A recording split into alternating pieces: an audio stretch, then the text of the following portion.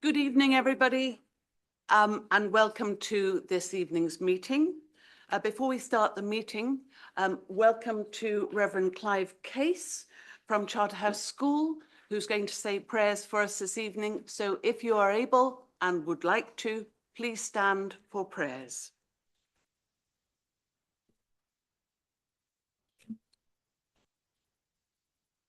Let us pray.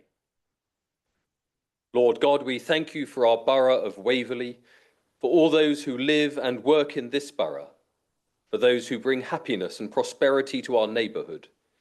May you bless all families and businesses in this borough, giving them the strength and hope they need, especially those in uncertain and difficult times. And we thank you for our elected officials that together support and uphold our borough. Help them never to neglect or abuse their authority, that they might stand firm for the causes of justice and truth as they seek to serve our community. And we pray for this council meeting this evening. Give the council members guidance and wisdom, and as they deliberate on the items before them, may the decisions be made with unity and concord for the benefit of all those that they represent in this borough of Waverley, and for your greater glory. In Jesus' name we pray. Amen.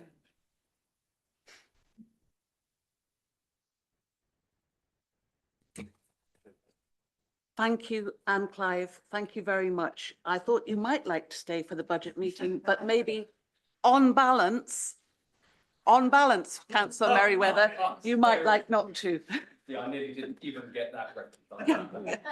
Thank you.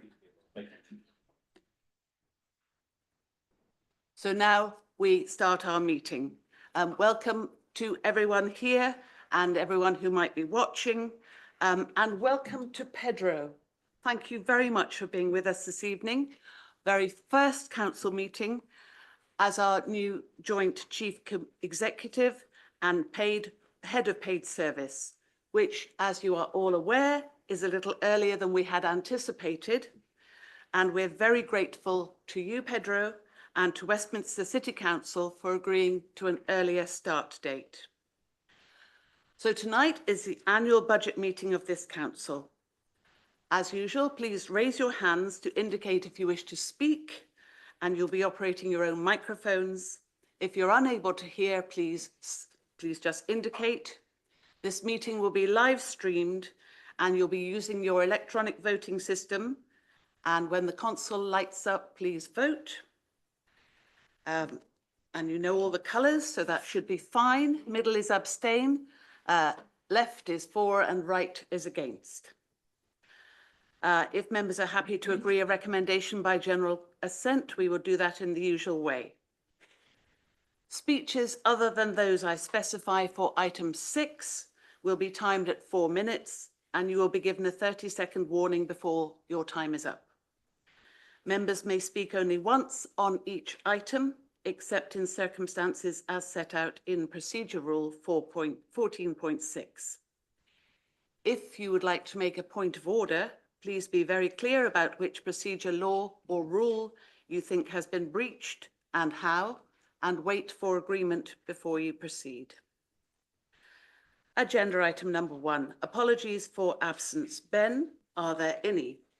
Thank you, Madam Mayor. You have apologies this evening from Councillors Coburn, McLean and Wicks. Thank you.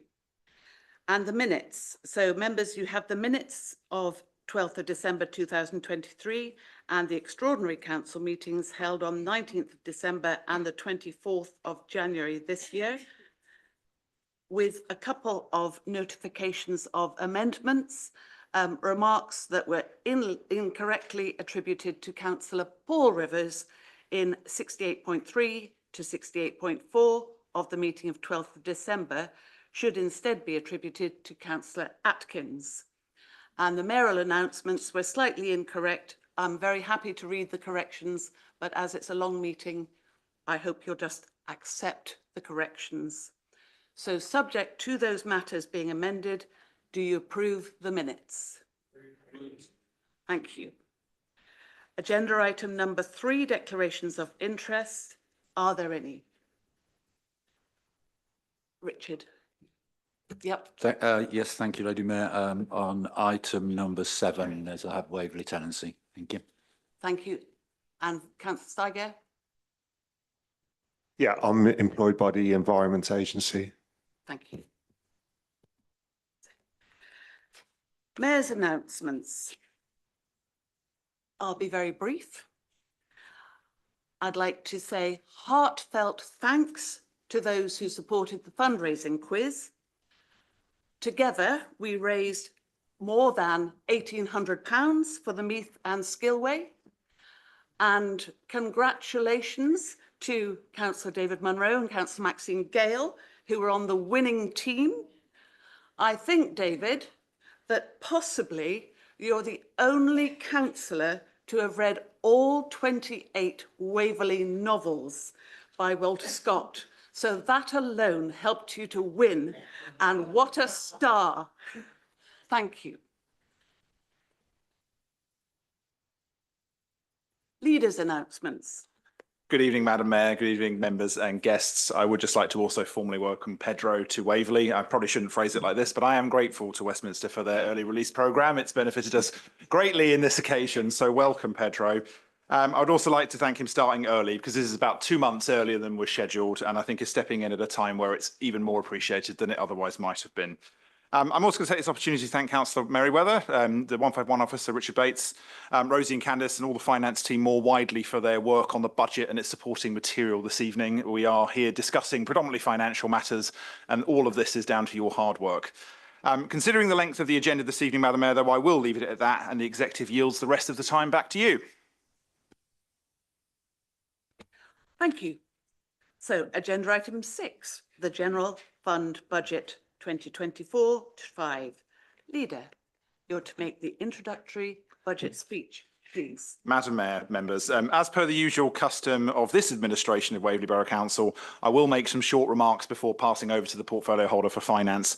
But before I do that, I'm pleased to move the motion, and I believe I have a seconder. Happy to second, Madam Mayor. Can I congratulate Mark first, Councillor Merriweather first, and his team on his 5th budget? I can think of many chancellors or former chancellors in the United Kingdom who would be very happy to be saying right now that they're moving their 5th budget. Now, every year we sit here as a group of members and process our budget and the obligations for a medium-term financial plan. And every year we are having to do this faced with just a single year of knowledge of funding certainty from the government. Now, once again, I sat with the MP, now the Chancellor, Jeremy Hunt, to make this point. Now, this time round, and actually it's fairly similar most years, I have actually been part of a multitude of council leaders and senior council individuals and officers from across the country, and supported, of course, by the LGA itself. And these are members and leaders from all parties, as ever raising these issues about the sustainability long-term of local government finance. And as ever, they go unheard. And in fact, I go so far as to say willfully ignored. They do hear it, they do hear the pleas that all of us are making, and they decide to ignore them.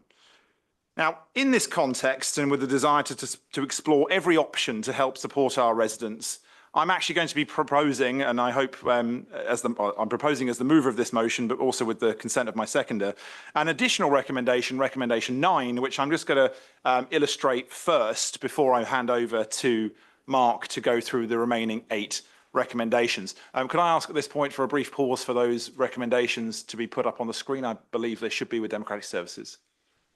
This is a recommendation 9 in parts A and B. They're fairly short. I'm not intending to call for a recess unless other members are seeking one. They're fairly easy to grasp recommendations, I hope.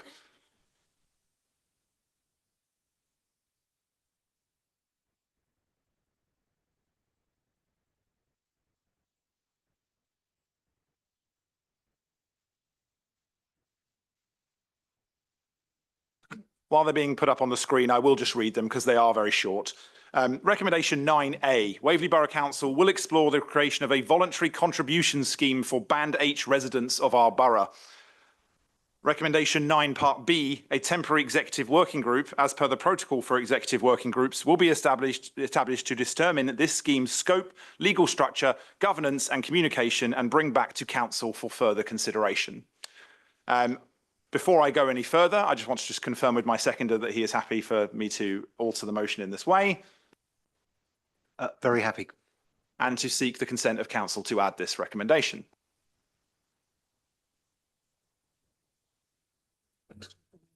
Does the council consent to the alteration of the motion? Thank you, Madam Mayor, in which case I will continue. The inspiration for this amendment has actually come from an amendment that was proposed by Councillor Catherine Powell at Surrey County Council, and in the Chamber it was defeated there. I'm sure you are all aware that the current system of council tax bands is set by the government and is, and this is me actually toning down my words, a relic that has long since become unfit for purpose. And I will reuse a stat that was taken from that meeting. A person living in a £17 million house, and that, by the way, at the time of writing this, was the most expensive house I could find in Surrey. I confirmed that the Labour group leader at Surrey was correct in his assessment. That was the most expensive he could find. That £17 million Band H property is only paying about £2,000 more council tax per year than someone living in a £160,000 Band B flat in the north of Surrey. We cannot add bands or change this system. Only the government can do that. Now, in line with successful schemes in places such as Westminster City Council, I'm proposing the creation of a charitable fund to support our council and to contribute to its corporate objectives. Now, I'll just state this is a voluntary contribution scheme that would in the first instance be targeted to the 2,080 residents in the borough who are at Band H. I've had a number of people ask me, why not Band G, why not other bands? And in the fullness of time, it would be my hope to offer the same scheme to Band G or lower. The reason I've put Band H here, A, is to test the concept, but also because there is actually an upper limit for Band G. Band H is effectively limitless beyond a certain point, and I think is a reasonable test bed for the concept. Part A of the recommendation merely asks council to agree this in principle, and Part B creates a temporary executive work to flesh out the details and bring it back here. Now, Madam Mayor, with that, I will now hand over to Councillor Merriweather, with your consent, to go through the first original recommendations for the general fund budget. Thank you, Madam Mayor. Thank you, Councillor Merriweather. Thank you, Madam Mayor. Good evening, everybody. Good evening, Pedro. You're very welcome. Yeah, I'm not sure if happy is the word that I would use, particularly in the current climate. It's a privilege to be presenting another budget, but in the current circumstances, happy is not a word I'd use. So can I refer members to the report on pages 31 to 124 of your packs, which sets out the draft general fund budget for 2024-25 and the medium-term financial plan, the MTFP, for the years ending 27-28. Now, for the avoidance of doubt, this report deals with the finances for all of our activities except for our council social housing, which is ring-fenced and which will be covered on the next agenda item. The MTFP identifies the key work streams for the council to focus on over the MTFP period, which collectively aim to address the significant and sustained budget pressures that will persist over the MTFP time horizon and beyond. There should be no question about the pressures facing local government funding, where since 2010, our real term spending power has fallen further and further behind cost inflation. This is familiar. This is a familiar experience to our residents, whose income has similarly not kept pace with their mortgages, their rents, their energy costs, food and so on, and even some taxes. When we hear of the government's so-called fiscal headroom, it's helpful to recall that what's actually meant by that is its inflation-boosted tax receipts, which, if its funding commitments were locked in the same way that, say, pensions are, would be predestined to maintaining the real terms funding for the infrastructure investment and services that are vital to this country's economic stability, let alone growth. Likewise, the government chooses to control our own spending power, either in managing down the funding that they grant us directly or limiting our ability to fund ourselves. It should be remembered that even the £1 million in one-off funding they've committed to in 2024-25 is less than 4% of the £28 million that they take out of the borough in business rates each and every year. Increasingly, since 2010, we've operated with a structural deficit, where even in a 2% inflationary environment, our costs inflated faster than our ability to increase funding, which the current inflationary conditions have amplified several-fold. Even once the rate of inflation has decelerated back to target levels, the structural deficit will remain, but based on an altogether higher inflated cost base. So the report identifies additional gross service cost pressures totaling £2.8 million per annum from 24-25, rising to £5.3 million per annum by 27-28, all on top of the cumulative pressures we've already faced in recent years. As you'd expect, cost inflation is the primary driver, and because it is a rate and not an activity-driven increase, we get no real-term service value for that money. Inflation adds a further £1.6 million per annum to our annual costs in 24-25, rising to £4.3 million per annum over the MTFP period. It's sobering to recall that this is on top of the £4.6 million per annum already suffered just since 2020-21, which in total means inflation will be costing us a sustained £8.9 million per annum extra by 2027-28 compared to 2020-21, and that's just for the general fund revenue account. Even though the rate of cost inflation is decelerating, costs are still rising, even if at a slower rate, and they will not deflate back down. While we look forward to cost inflation returning to less unsustainable levels, we can't be complacent. That deceleration has been unpredictable, and even the Chancellor has reminded us that it doesn't fall in a straight line. We also face other risks in the foreseeable future, including the impact of the current recession and perhaps another tax rate cutting budget that risks instabilities like those triggered by the September 2022 mini-budget. For that reason, we mustn't succumb to wishful thinking, but rather be prudent. And so we haven't for now relaxed our assumption that inflation may persist at 4.5% to 5% for 24-25, falling to 2.5% for 25-26, before settling back at 2% from 26-27. It may do better, and I hope for all our sakes it does, but it would be irresponsible to count on it. We do, however, have activity-driven cost increases that reflect both activity increases and changes in the demands for our services. Net, these approximate £1 million in 24-25, and the report notes the cases where these are entirely unavoidable and also where they're not all permanent, while some are temporary and others contingent. But included in that permanent category is the funding for our council tax hardship fund, which was temporarily funded from central government, but now reverts back to us. In terms of the cost-based measures we're taking to mitigate these pressures, the report discusses the legacy cost strategies that have already delivered over £2.5 million in annual cost savings and the further efficiencies and other measures we're recommending. While some of these cost measures are close to exhaustion, others, like the collaboration with Guildford, still remain on target to deliver their expected recurring annual savings. Turning now to our fees and charges and other income, excluding council tax. So while fees and charges have been reviewed as part of the budget process, some council fees and charges are statutory.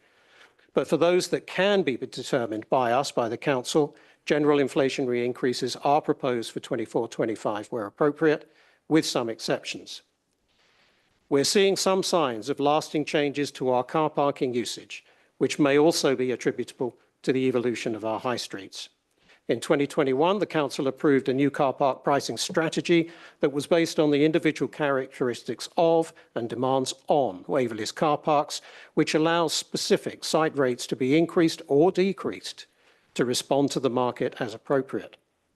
As car park usage rebounded, and considering the sustained financial pressures generally, the council approved revised tariffs which took effect from November 2021, which we've strongly resisted reviewing again for over 2 years now.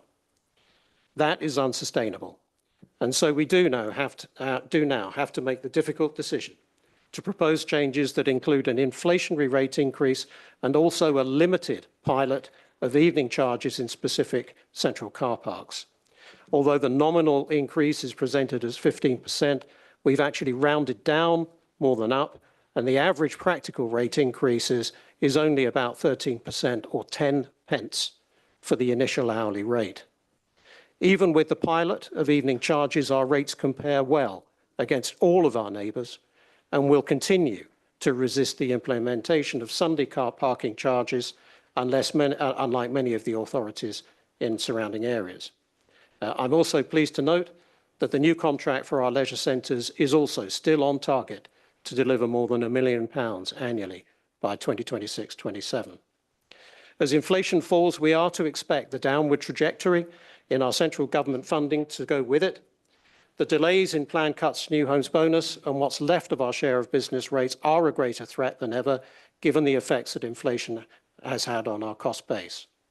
The pressures on our budget have also meant that we've been unable to adequately fund major repairs and maintenance, even of our own general fund estate.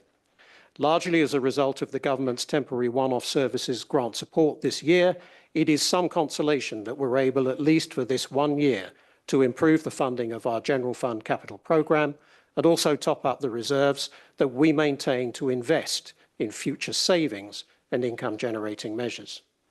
So it is that with the additional benefit in 24-25 of a further £2.8 million in annual measures and initiatives to mitigate the financial pressures we face, we're still able to recommend a balanced budget with a below-inflation increase of 2.99% in Waverley's Band E Council tax charge for 24-25, in line with the government cap.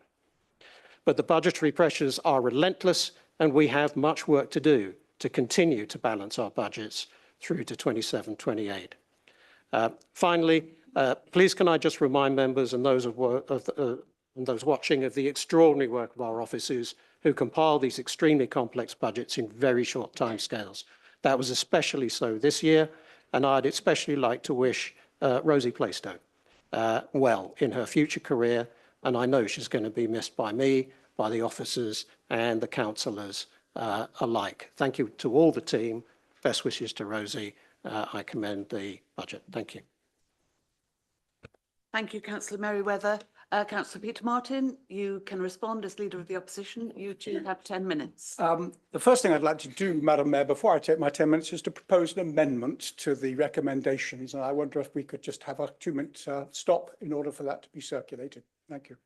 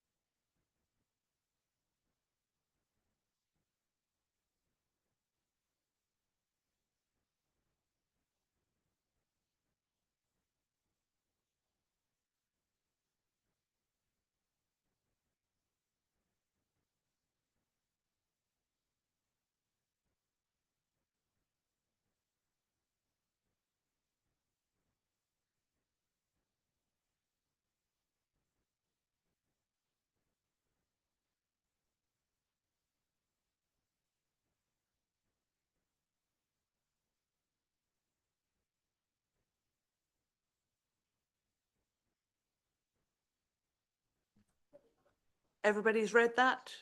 So Councillor Martin, you have 6 minutes to make your amendment.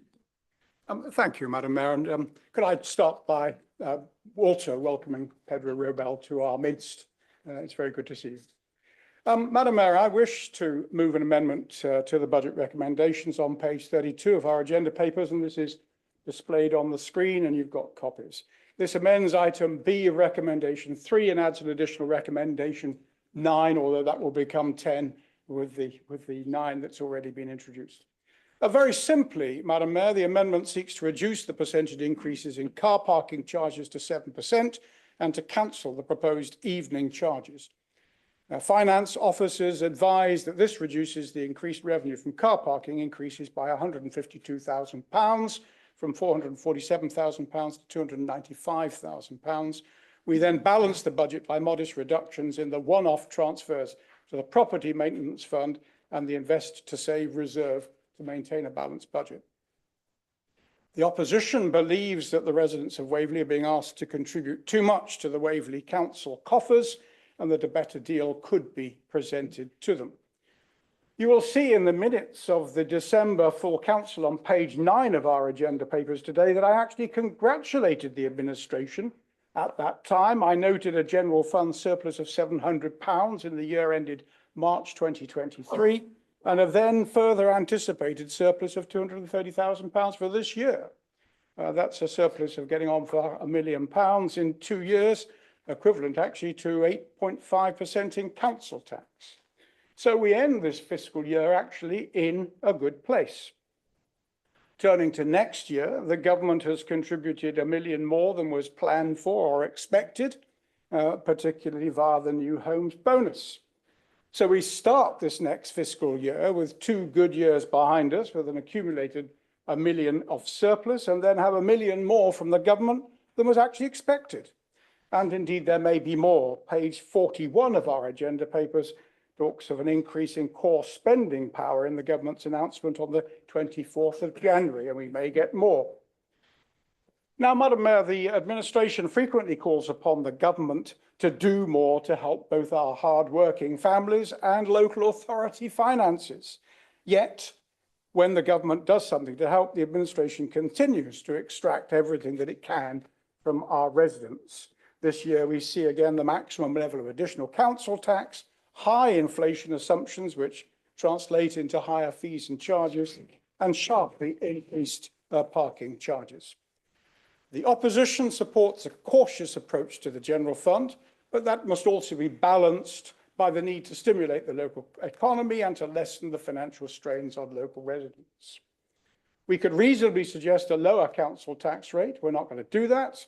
We could reasonably criticise the 5% inflation assumption, but we're not going to do that either. And of course, the inflation that we've got at the moment is 4%. It has been for the last 2 months, and the Bank of England, the Office of Budget Responsibility, analysts generally expect that to reduce in the coming year. But we are opposed to the level of increases in car parking charges that the administration proposes.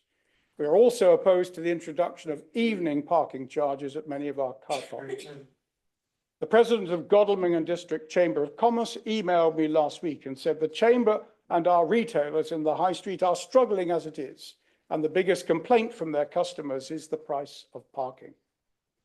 This administration frequently says that it wants to intervene in the high street and that it's on the side of business people, retailers and their customers. How strange then that it seeks to increase parking charges by up to 15%. That on top of a 21% increase less than 3 years ago. It means, for instance, that the cost of 2 hours of parking will have increased since 2020 by 67% in South Street in Farnham and by 32% at Crown Court Car Park in Godalming. How strange too that the administration is spending £4.5 million in acquiring and refitting 69 High Street in Godalming, when across the road, 88 High Street, the home of the Boots store in Godalming, is on sale for just £1.3 million. 69 High Street, owned by Waverley for nearly 2 years and still empty, with a massive expenditure of some £4.5 million, and at the same time raising car parking charges just around the corner in Crown Court by 32% in 4 years. It's a strange way of helping the local economy and shocking value for money. So our proposition is straightforward and simple. Reduce the scale of car parking charges from a maximum of 15% to an average of 7% and balance that by reducing transfers to reserves. We are suggesting small reductions of £76,000 to each of the one-off transfers to the Property Maintenance Fund and the Invest to Save reserve. So, Madam Mayor, in contrast, I think, to the comments of Councillor Merriweather, who tries to look forward with a doom and gloom, I've looked to where we've come from and where we are today, which is in a very good position, and we've got more from the government than we expected. Our view at this time is that we should err in favour of our local residents and the local economy. Let's take a more reasonable view of parking charges and reduce the scale of the increases. We should do it because we can. I beg to move the amendment. Thank you. Thank you, Councillor Martin. Do you? I beg to second. Thank you very much. So the floor is open, Councillor Rubini. Thank you, Madam Mayor. I neglected to declare. Beg your pardon? I neglected to declare. Councillor Goodridge would like to say something in support of the... I neglected to declare an interest in I rent a garage from Waverley Borough Council, and I see in their amendment, they talk about this. Do I need to leave or can I stay? I rent one of your garages. Does it here? You're able to stay, Councillor Rubini. Thank you for declaring the interest, but it wouldn't be classed as disclosable pecuniary for the purposes of the budget decision. Thank you. You are able to stay, Councillor Thank you. Rubini. Councillor Goodridge. Thank you, Madam Mayor. And could I also welcome the new Chief Executive? The strategy that this administration has had is, and which I support, is to support high streets in our borough and to encourage, therefore, the high streets to prosper. That is why we spent a lot of money, as outlined by Councillor Martin, in purchasing 69 High Street. And it seems totally daft logic, having done that, to then discourage people in using our high street by putting up charges for parking. What will the public think if we face them and say, you know, this is going to be an increase of up to 15% to park? I mean, 10p, yes, or whatever it will be in some car parks, but it mounts up. And if you're only going for a coffee, because that's some of the few things you can do in Godalming High Street now, is have a coffee and go to the charity shop, that it's going to cost that much more, as the percentages have been mentioned. I just wonder if the leader should perhaps declare an interest. He would expect shoppers to no doubt come to the town by public transport. And of course, it's not practical for those of us that live in the villages to come by public transport. Certainly in my area, the only way you can get in by bus is to get a bus event, having walked quarter of a mile, get a bus to Guildford and then come out from Guildford to Godalming, for example. And as the leader doesn't drive a car, he may perhaps not be totally aware, so I believe, be aware of the difficulty of people in the villages to come into town and to discourage them by putting up charges. Councillor Martin has mentioned where the savings and where we've made money. The one assumption that we've also made, as has been mentioned, is there'll be a 5% inflation assumed. And that has a relevance to contracts that we have in the borough, because I think it's the February inflation figure or CPI figure that triggers the increase in the services that we have to pay for.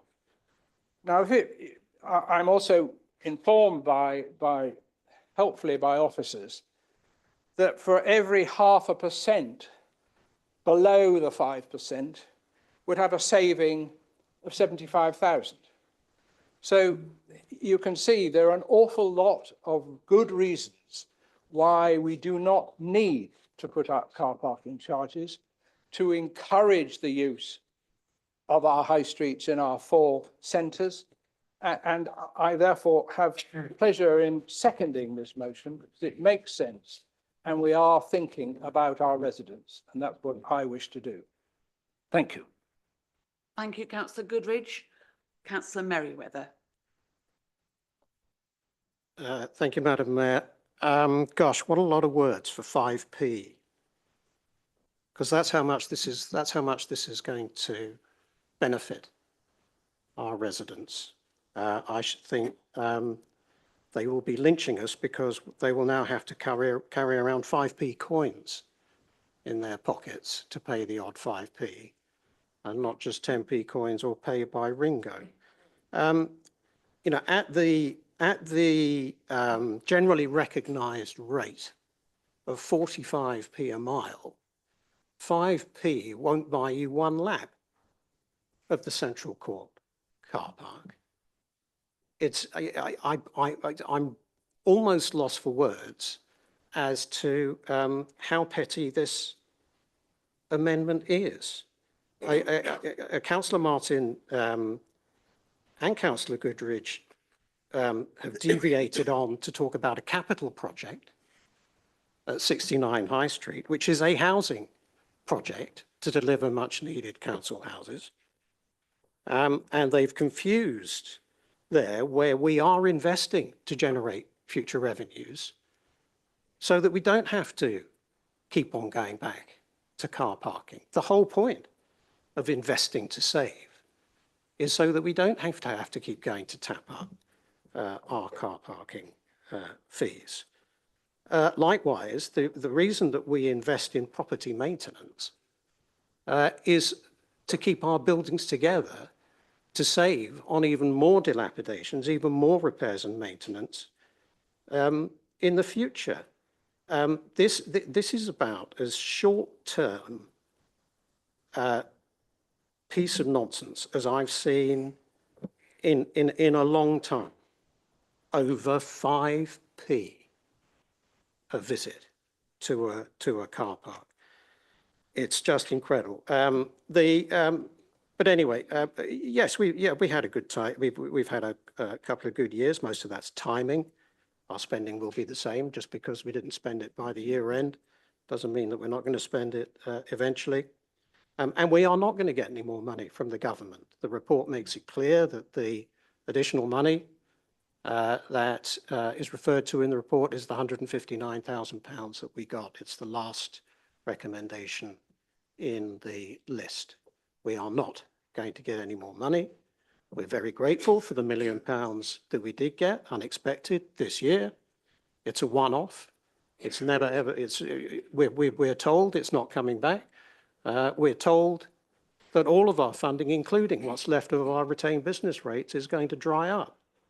We are told to prepare for this by the government, and that's precisely what we're doing. I've said all I'm going to say about wishful thinking, about inflation. I just think that this amendment is unnecessary. It trivializes the budget. It's a very serious business, this, and to waste our time talking about 5p is quite offensive. Thank you. Thank you. We have Councillor Follows, Councillor Townsend, Councillor Munro, Councillor Williams. So Councillor Follows. Thank you, Madam Mayor. This is a serious budget, and I agree completely with Councillor Merriweather in terms of what this amendment actually does. And as again, we are, well, not robbing Peter to pay Paul, but I suppose in this case, robbing Paul to pay Peter, aren't we? So in this case, though, what have we got here? Some comments about Godalming for a start. I mean, Godalming isn't just coffee shops and estate agents and hairdressers. Admittedly, there are rather a lot these days. But there's our community centres and our museum and a soft play that's opened up at the end of the high street and numerous other things. And it does draw a lot of people into the town.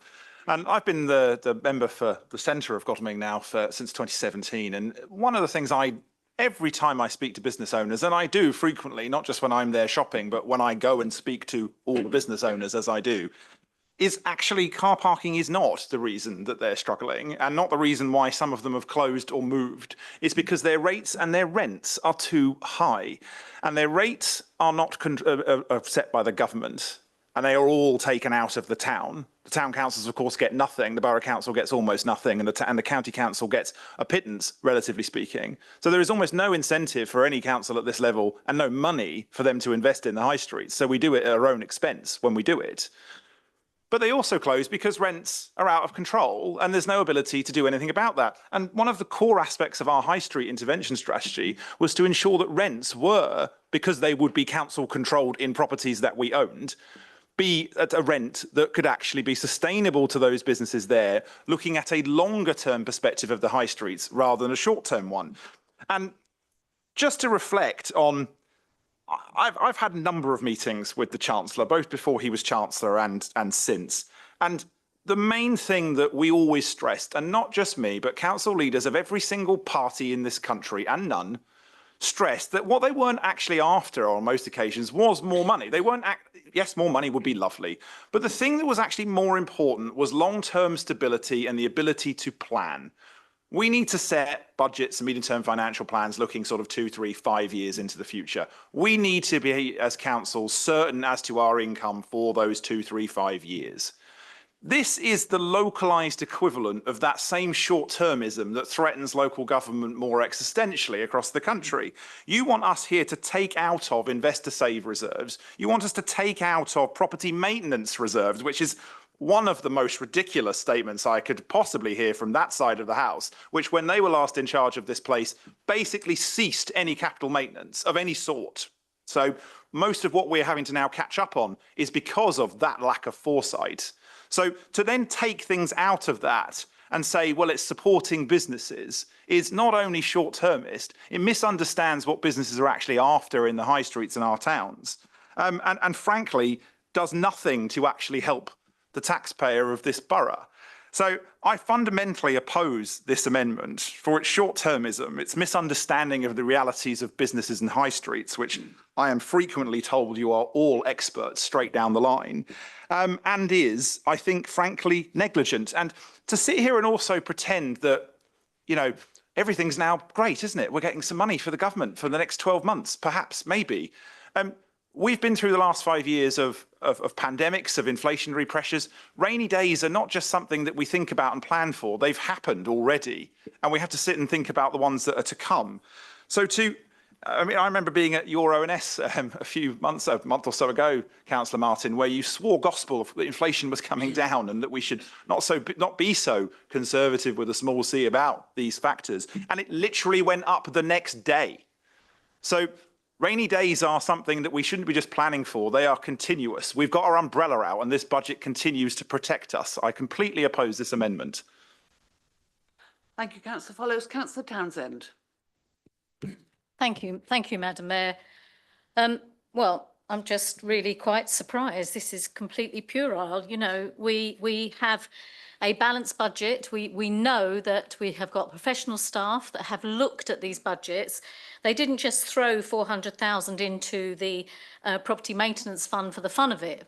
And as has been mentioned, I must admit, when I took over the Green Spaces portfolio and I visited some of our property assets, I was shocked at the maintenance that hadn't been done for many, many years.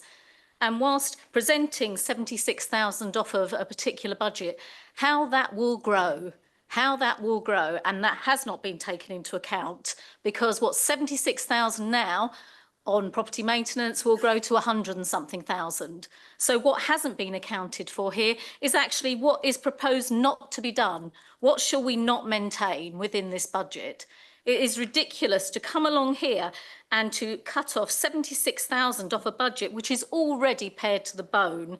in order to try and maintain our property assets to some kind of reasonable level. Look at the berries. Look what we inherited here. We have inherited a huge backlog, and that backlog we have to cover, we have to plan for, not just taking 76,000 off of each of those budgets. I think, you know, when you go around to business owners, nobody likes the increase in parking. We're very aware of that. But it's extremely important that parking revenue goes to pay for our green spaces, it goes to pay towards recycling, it goes to pay towards street cleaning. So when you say to people, okay, don't you want your streets cleaned then anymore? Is that what we're going to take off?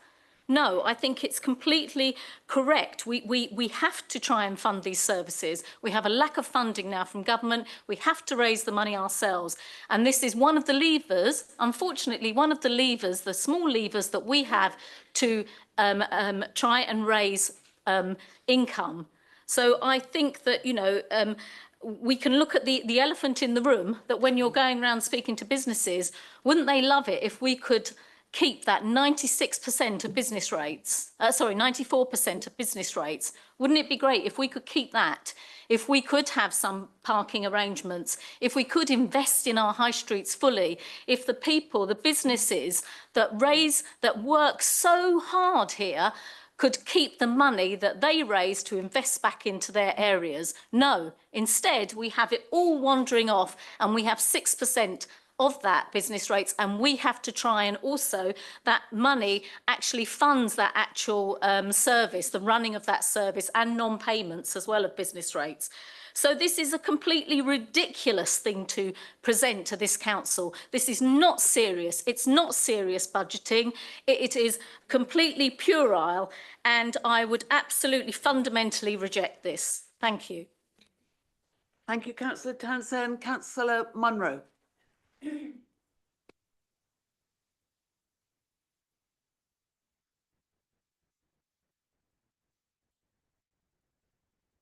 Oh yeah, I've got it. I've got it. Sorry about that, Madam Mayor. Thank you very much. Thank you. I'm not going to vote for this amendment, and the main reason, quite apart from the issues which have been discussed, and they're very valid, is this financially, this does not stack up either. It is not a balanced amendment.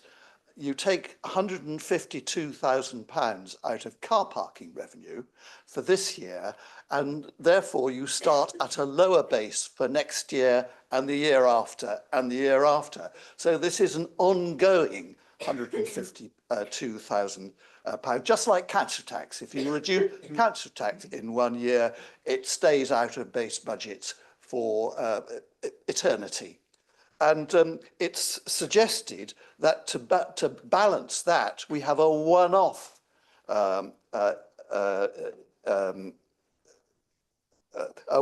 transfer to car parking.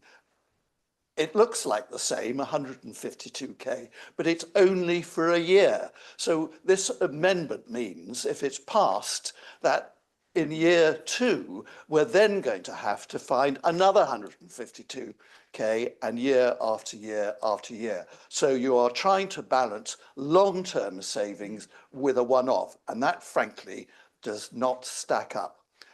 I do, however, have some sympathy for residents who are paying increased charges, and it'd be lovely to reduce car parking charges. And I think actually this administration and previous ones have actually contributed to this situation. It's folly not to review charges, car parking and all the other charges annually to take account of inflation. And it's so easy to say, oh no, we'll do this hike this year, but we'll keep it the same for the next 3 years. And at the end of the next 3 years, of course, you've got an even bigger problem. So I'm not suggesting that's what the administration did this year, but in previous years, everybody's done that. So I would ask that for next year, we have a commitment to review all the charges, and for goodness sake, start with the premise that they will keep pace with inflation, unless there's very good reasons not. Thank you very much. Thank you very much, Councillor Williams.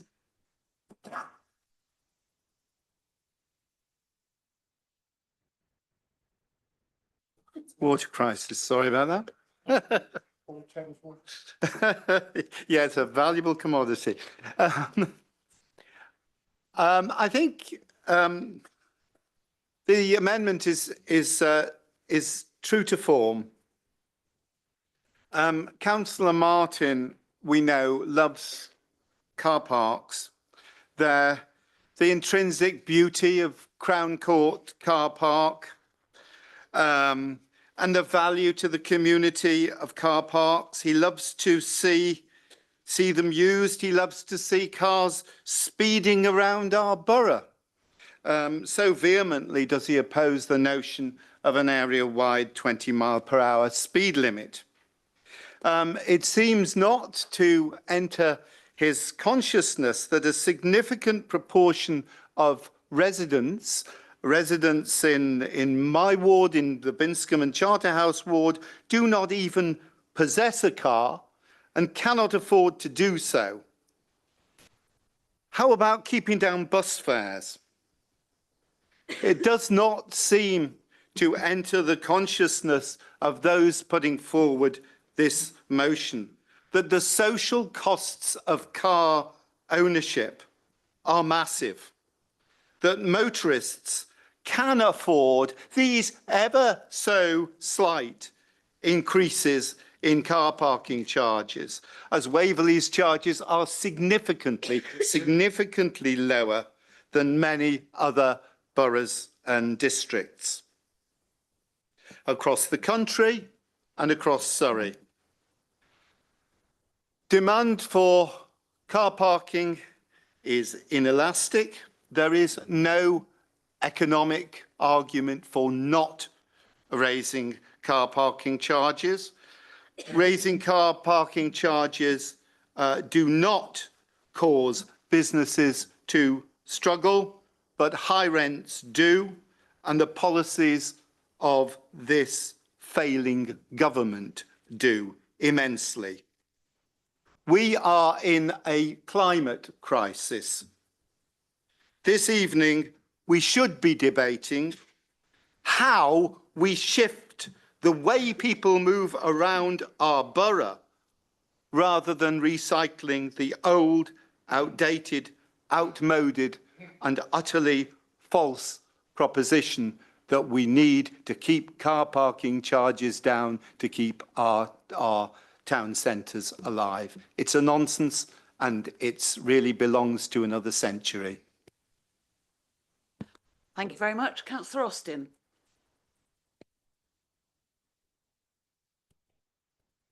Thank you, Madam Mayor.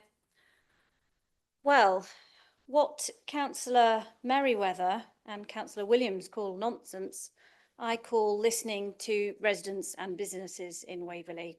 I'm happy to support this amendment, and I believe the proposals are what businesses and local businesses actually need to help them thrive. We need to make our towns and villages centres vibrant and busy places to work and shop. The way we do this is by supporting them. They've told us what they want support, and they want no increases or in car parking charges.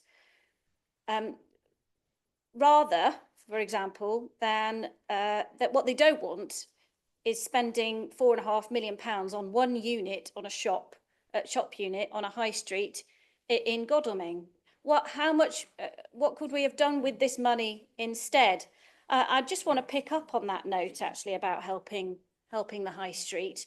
Councillor Follows, unfortunately, has a fundamental misunderstanding of how high streets and property markets work. He seems to live in some sort of communist utopia where he can buy all of the shops on Godalming High Street and then use it to control the rents. Well, that would be bankrupting us very quickly. So what we need to be doing is creating the conditions to enable growth, stimulate demand by keeping our high streets accessible and affordable for everyone to visit. Now, Councillor Townsend has called this puerile, which I find ironic, in talking about listening to local businesses, considering what local businesses in Cranley are saying at the moment. I just want to also raise the point about this 5p thing that Councillor Merriweather has raised. Well, it may be 5p on an hour, but if you work in Godalming and you need to park your car, over 8 hours, that's a significant amount of money. What we're talking about here over the last 3 years, if you work or shop in Farnham, a 67% increase or a 32% increase is a very significant amount of money. And therefore, I'm very happy to support Councillor Martin's amendment. Thank you. Thank you very much. Councillors, may I just remind you to listen to each other respectfully as you would like to be listened to. Councillor Clark. Thank you, Madam Mayor. I hope you will forgive me if I don't get emotionally involved in the debate about car parking. It's almost as exciting as talking about planning. But Councillors Martin and Goodridge tell us that the increase in car park charges will deter shoppers visiting our high street. However, they offer no evidence to support that, apart from one email. However, 3 years ago, I think I'm right, we did a car park consultation. And lo and behold, the majority of people interviewed found that finding a space was much higher up their priority list than the cost of the ticket. Thank you. And I don't support the motion or the amendment. Thank you, Councillor Clark. Councillor Keele. Thank you very much, Madam Mayor. I just wanted to raise a side issue to the car parking, which is actually the lack of adequate enforcement by Surrey County Council on the on-street parking in my ward of Godalming Town Centre. This causes safety issues for families and people trying to navigate all the cars that aren't supposed to be parked along there. It's causing pollution issues and impacting, of course, on the parking income that Waverley is able to make. Thank you. Thank you, Councillor Palmer. Thank you, Madam Mayor. First, a technical question which perhaps Councillor Martin could address when he responds. As it stands, the amendment appears to say that Section 3B will contradict Section 3A. So he's not removed the limited exceptions in 3A, but having accepted those, he moves on to exclude them. And I think there's a logical difficulty there. I'd also feel that the discussion so far has focused very much on the reduced charge, but I also draw attention to the points under the proposed Section 9, and in particular the reduced one-off gross in the property maintenance fund. Now, the reason for that proposed transfer is to make safe allowance for risk in inadequate support for property maintenance. Now, I'm sure that Councillor Martin and his colleagues will agree that we should make due allowance for risk. And so I'd like to ask, does he feel that the risks are negligible, or are there elements of property maintenance which he feels could be ignored if necessary? And what types of property maintenance would he downgrade and feel less important if the risks that we anticipate were to materialise? Thank you, Councillor Palmer. We have Councillor Crowe and then Councillor Beaman. Thank you, Madam Mayor. I don't support this amendment, much as I hate paying for parking, but I still can't support this amendment. I just wish we could spend more time constructively working out how on earth we can improve public transport. We have a climate emergency and we all need to be getting out of our cars and onto buses and trains. And I think an excellent public transport system is what we need urgently. Thank you, Councillor Beaman. Thank you very much, Madam Mayor. Just a correction in the sense that I really say this, but in fact the central government having put money into public transport in the fact that there's a £2 cap on single fares, which has reduced this fare from Farnham to Godalming from £5 to £2. So I think we ought to give credit to that, and also there's additional money to provide subsidised services, which will hopefully soon see an improvement to Service 65 between Guildford, Farnham and Alton. I can't support this. If this amendment was just the exclusion of the proposed introduction of evening car parking charges, then I might have some sympathy with it. But what I'd like to ask the portfolio holder is how much money is expected to be raised from evening car parking charges? Thank you. Thank you.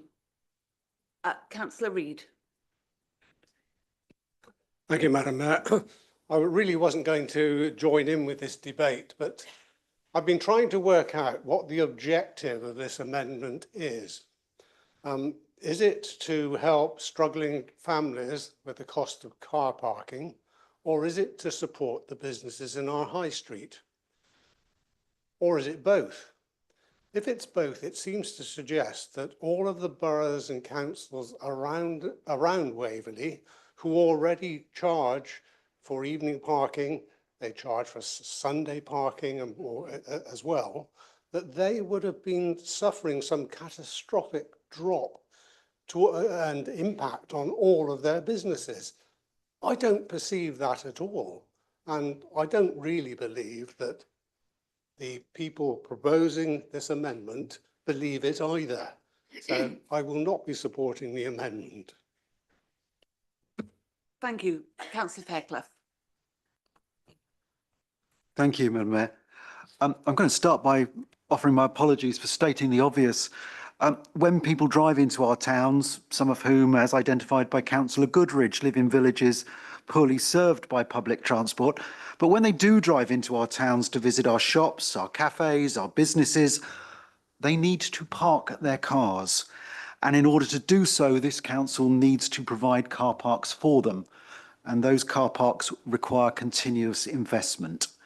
There are other options to hourly charges. We offer weekly, monthly and annual permits. These provide significant savings for those staying for longer periods, such as business workers, shop workers, etc. And I'm not sure there is evidence that increasing car park charges affect footfall in our high street. In fact, I'm told that analysis in Godalming after car park charges increased previously suggested that there was no effect on footfall in Godalming. Post-COVID, this council took the decision to help stimulate the high street by freezing car park charges. As Councillor Monroe has already pointed out, this decision to support the high street, indeed our commitment to regenerating the high street, remains a key priority for this council, and the decision not to increase car park charges was retained for 2 budgets, 3 years now. It was the correct strategy then. However, it is now a strategy that is unsustainable. We need to invest to maintain and indeed improve our car parks. With apologies for a double negative, not investing is not an option. It is not sound business practice. This borough is all too aware of what happens when a major service provider, such as the much maligned Thames Water, fails to invest in its infrastructure. Quite literally, a shit show. The financial issues faced by this council, not least the reduced funding from central government, mean that we must now bring our car park charges back in line with inflation. However, we are doing so in a responsible manner. Our proposed increase in car park charges equates to approximately 5 to 6p an hour per year over the past 3 years, broadly in line with inflation. Unlike neighbouring councils, as has been pointed out, we are not introducing Sunday charges. This council recognises that those on limited incomes often choose to shop on Sundays precisely because there are no car park charges, and our current car park strategy continues to reflect this. Looking forward, we are developing a car parking strategy that will become part of a wider, integrated, sustainable transport policy for the borough. We will review the pilot scheme to introduce evening charges. As has been stated, it is only a pilot scheme. We will look at the introduction of new payment technology, and we will look at the options and the practicalities for dynamic prices. I'm sure we will look at Councillor Munro's suggestion to increase charges in line with inflation, but this does not need to be uniform. We can introduce dynamic pricing in car parks in different areas of the town, and we will do so. Above all, our strategy will allow us to continue to invest in supporting the high street. Invest not just in the car parks themselves, but of course in improved facilities for our residents to enjoy.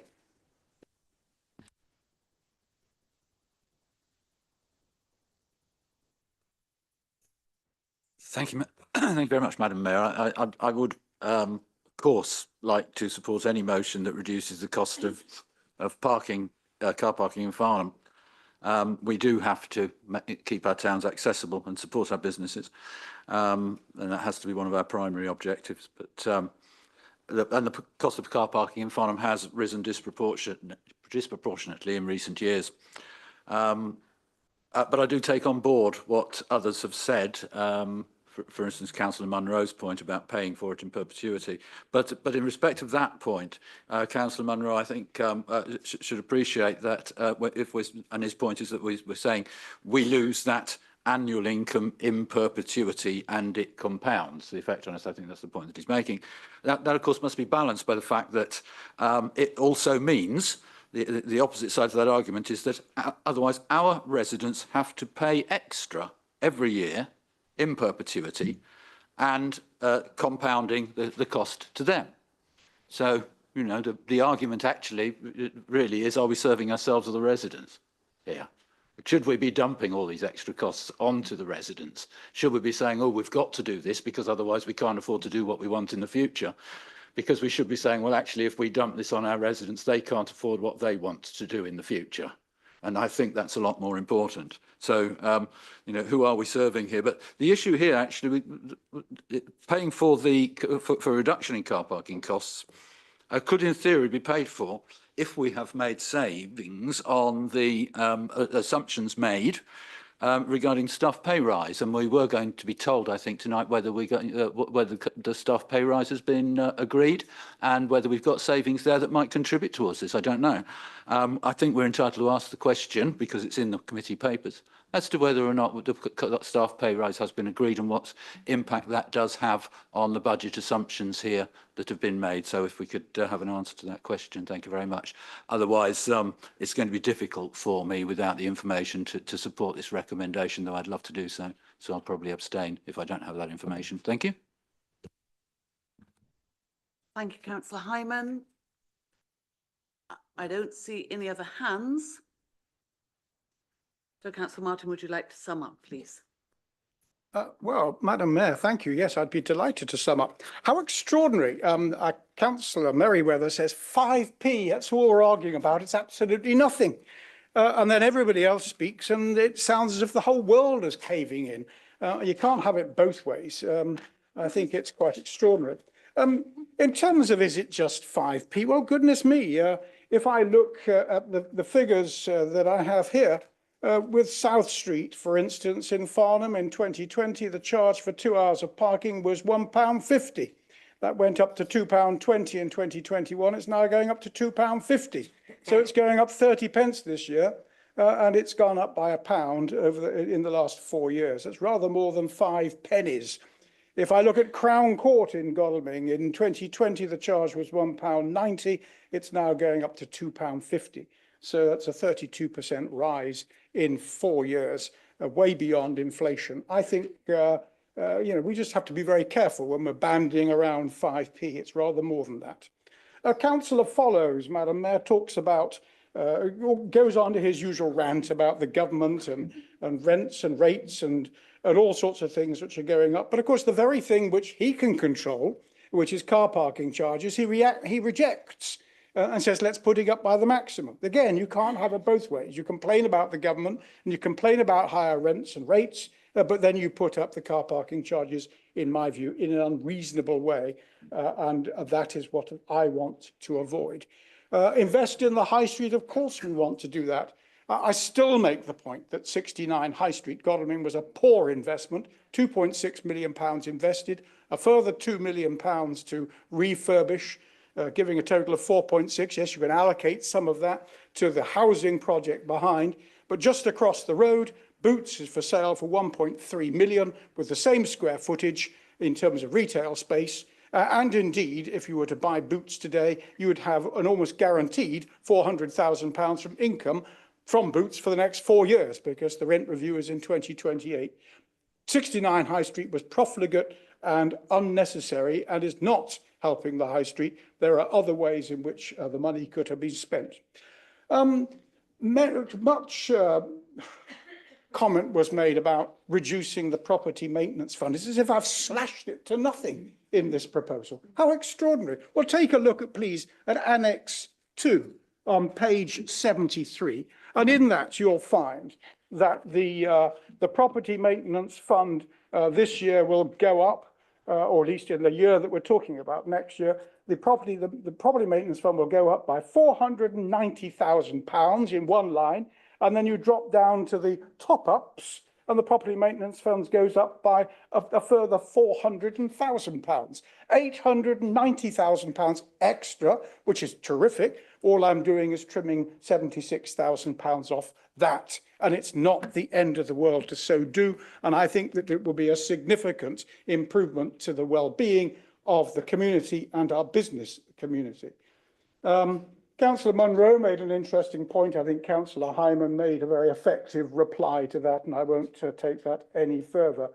Bus fares and bus routes, Councillor Williams and Councillor Crowe argued for that. Yes, that would be lovely. And indeed, when I was a Surrey County Councillor, I fought very hard for many of the routes that still exist in this town. And I'll take that from nobody that I ignore bus routes. And I won't go into the 20-mile-an-hour position. That is surely for another day. So I think an awful lot of emotion has been created by what Mark Merriweather describes as something very modest. Perhaps we should be going for no car parking increases at all. I think we've been pretty moderate in reducing it to 7%. So I will leave it there, but I think that this is an excellent amendment and I commend it to the council. Thank you. Thank you, Councillor Martin. So now, members, we're voting on the amendment. No, it's a recorded vote. It's a recorded vote. So when Ben calls your name, please say for or against or abstain on the amendment.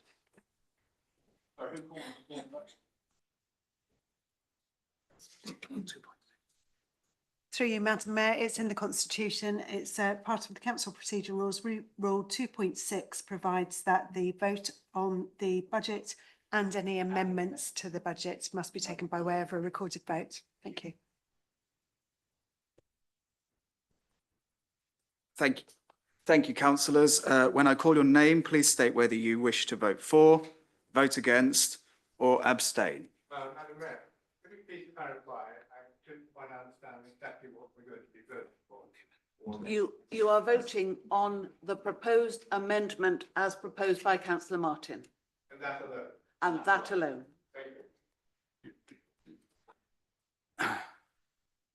Thank you. Councillor Atkins. For. Councillor Austin. For. Councillor Barker-Lomax. For. Councillor Beeman. Against. Councillor Busby. Against.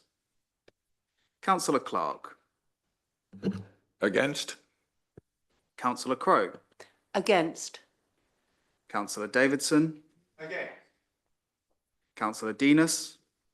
For. Councillor Deuce. Against. Councillor Fairclough. Against. Councillor Follows. Against. Councillor Gale. Against. Councillor Goodrich. 4. Councillor Hess. Against. Councillor Higgins. Against. Councillor Hyman. Bravely abstaining. Councillor Keane. Against. Councillor Keel. Against. Councillor Lawton. Against. Councillor Long. Councillor MacLeod. Against. Councillor Martin. 4. Councillor Merriweather. Councillor Miralese. Against. Councillor Morrison. Against. Councillor Monroe. Against. Councillor Murray. Against. Councillor Nicholson. Councillor Palmer. Against. Councillor Kenreid. Against. Councillor Ruth Reid. Against. Councillor Raleen. 4. Councillor Paul Rivers. Against. Madam Mayor. Against. Councillor Rabini. Against. Councillor Spence. Against. Councillor Staunton. Councillor Steiger. Against. Councillor Sullivan. 4. Councillor Liz Townsend. Against. Councillor Philip Townsend. Against. Councillor Ward. Against. Councillor Weldon. Against. Councillor White. Against. And Councillor Williams. Against. I've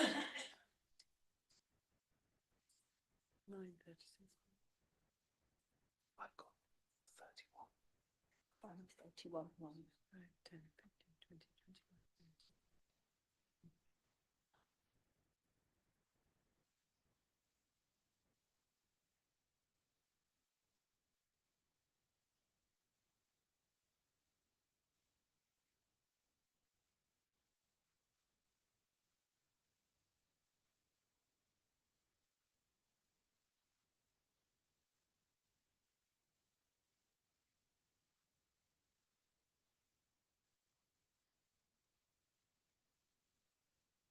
21. Thank you, Madam Mayor. We have 9 votes for, 36 votes against and 1 abstention. Thank you, Ben. And so now we go back to Councillor Martin. You have 10 minutes on the substantive motion. Well, that's terrific. I would enjoy my 10 minutes. The amendment fell. Yes, the amendment fell. I understand entirely. Now we're dealing with the substantive motion. I'm not going to speak for 10 minutes. I'll speak very briefly. Many of the points that I would make in the opposition speech I've already made in my amendment, and I'm not going to repeat those. I do think that I have heard the same speech from Councillor Merriweather every year now for 5 years about the great doom and gloom that is before us. And I understand that. And as a responsible portfolio holder for finance, looking to the future, I'm sure he's always going to do that. And I'm a good finance man, and I've done that in the past. But I do think that he consistently overdoes it. And of course, our leader loves to leap in and criticise the government and say it's all doom and gloom going forward as well, doesn't he, very frequently. The fact of the matter is that inflation is falling. We're at 4% for the last 2 months, and the Office of Budget Responsibility, the Bank of England, most analysts expect it to go down substantially next year. It will, I have no doubt, and that will benefit the council budget quite considerably. I do take exception to paragraph 10.5 on page 38 and 39 of the budget papers. We have this extraordinary assertion that that there's been a reduction in government funding going down to 0 in the future. Well, of course, if you look at the table at the top of page 39, it's again all part of the doom and gloom that everything is going down to 0. And yes, I know the argument that the government doesn't give us certainty beyond a year or 2 years at best. But this is playbook stuff in many ways. I heard the argument from 4 years ago that today we will be in the position that Councillor Merriweather is saying that we're going to be in 2028, 29. The fact of the matter is we're not. And the other fact of the matter is on the very same chart, we see an increase in government funding to Waverley Borough Council from a low in 2020-21 of 3.1 million to well above 4 million, something of the order of 4.2 million for this coming fiscal year.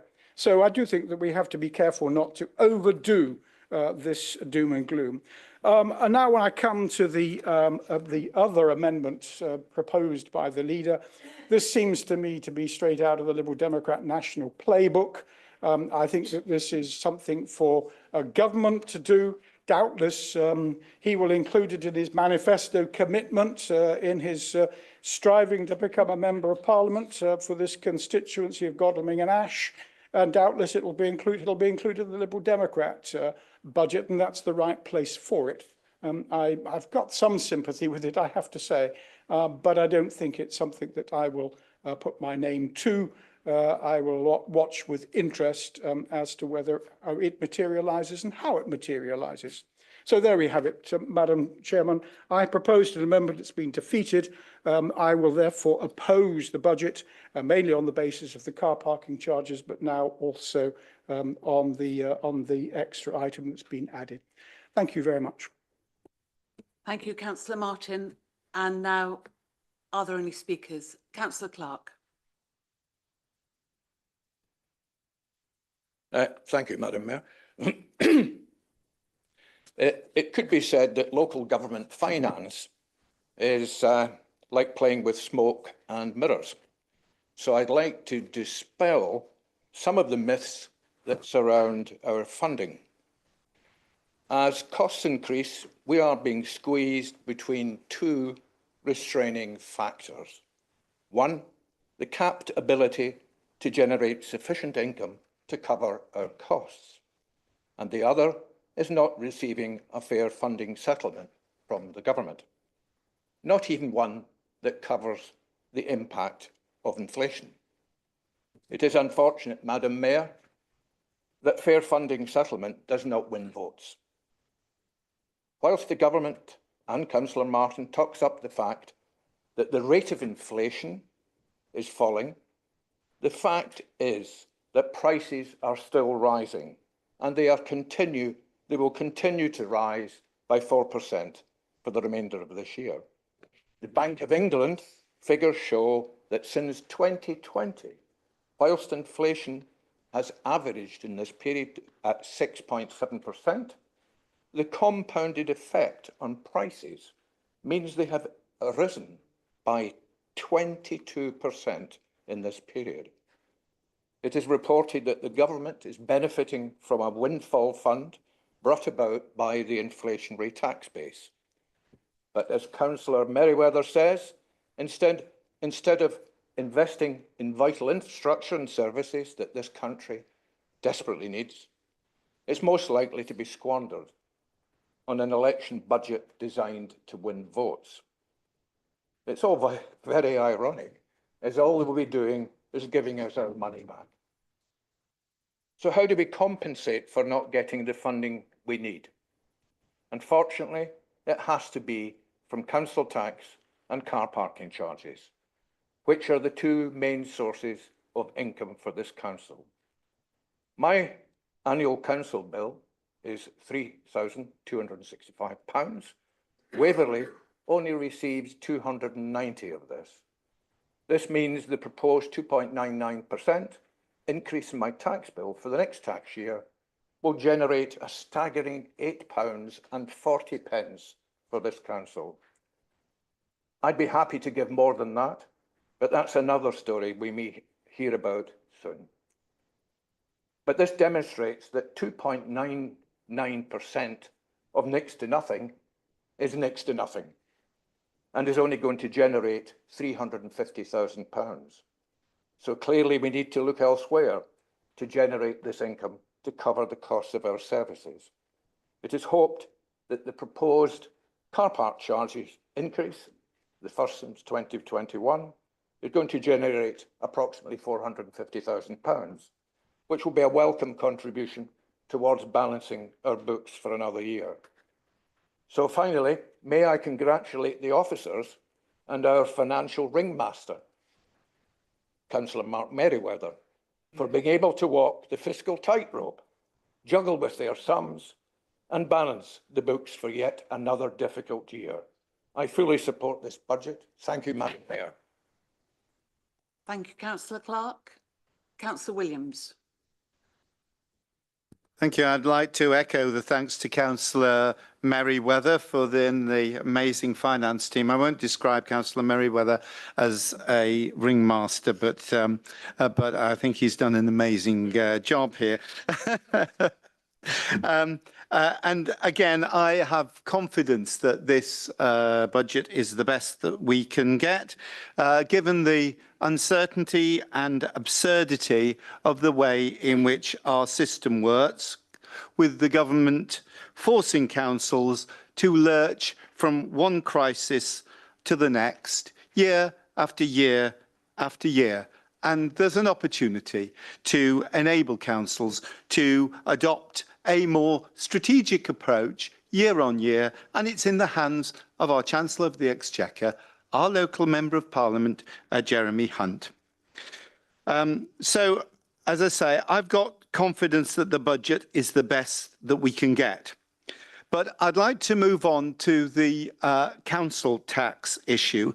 Some of us will in this chamber will remember, they might be old enough to remember, the immediate predecessor of council tax, and that is poll tax.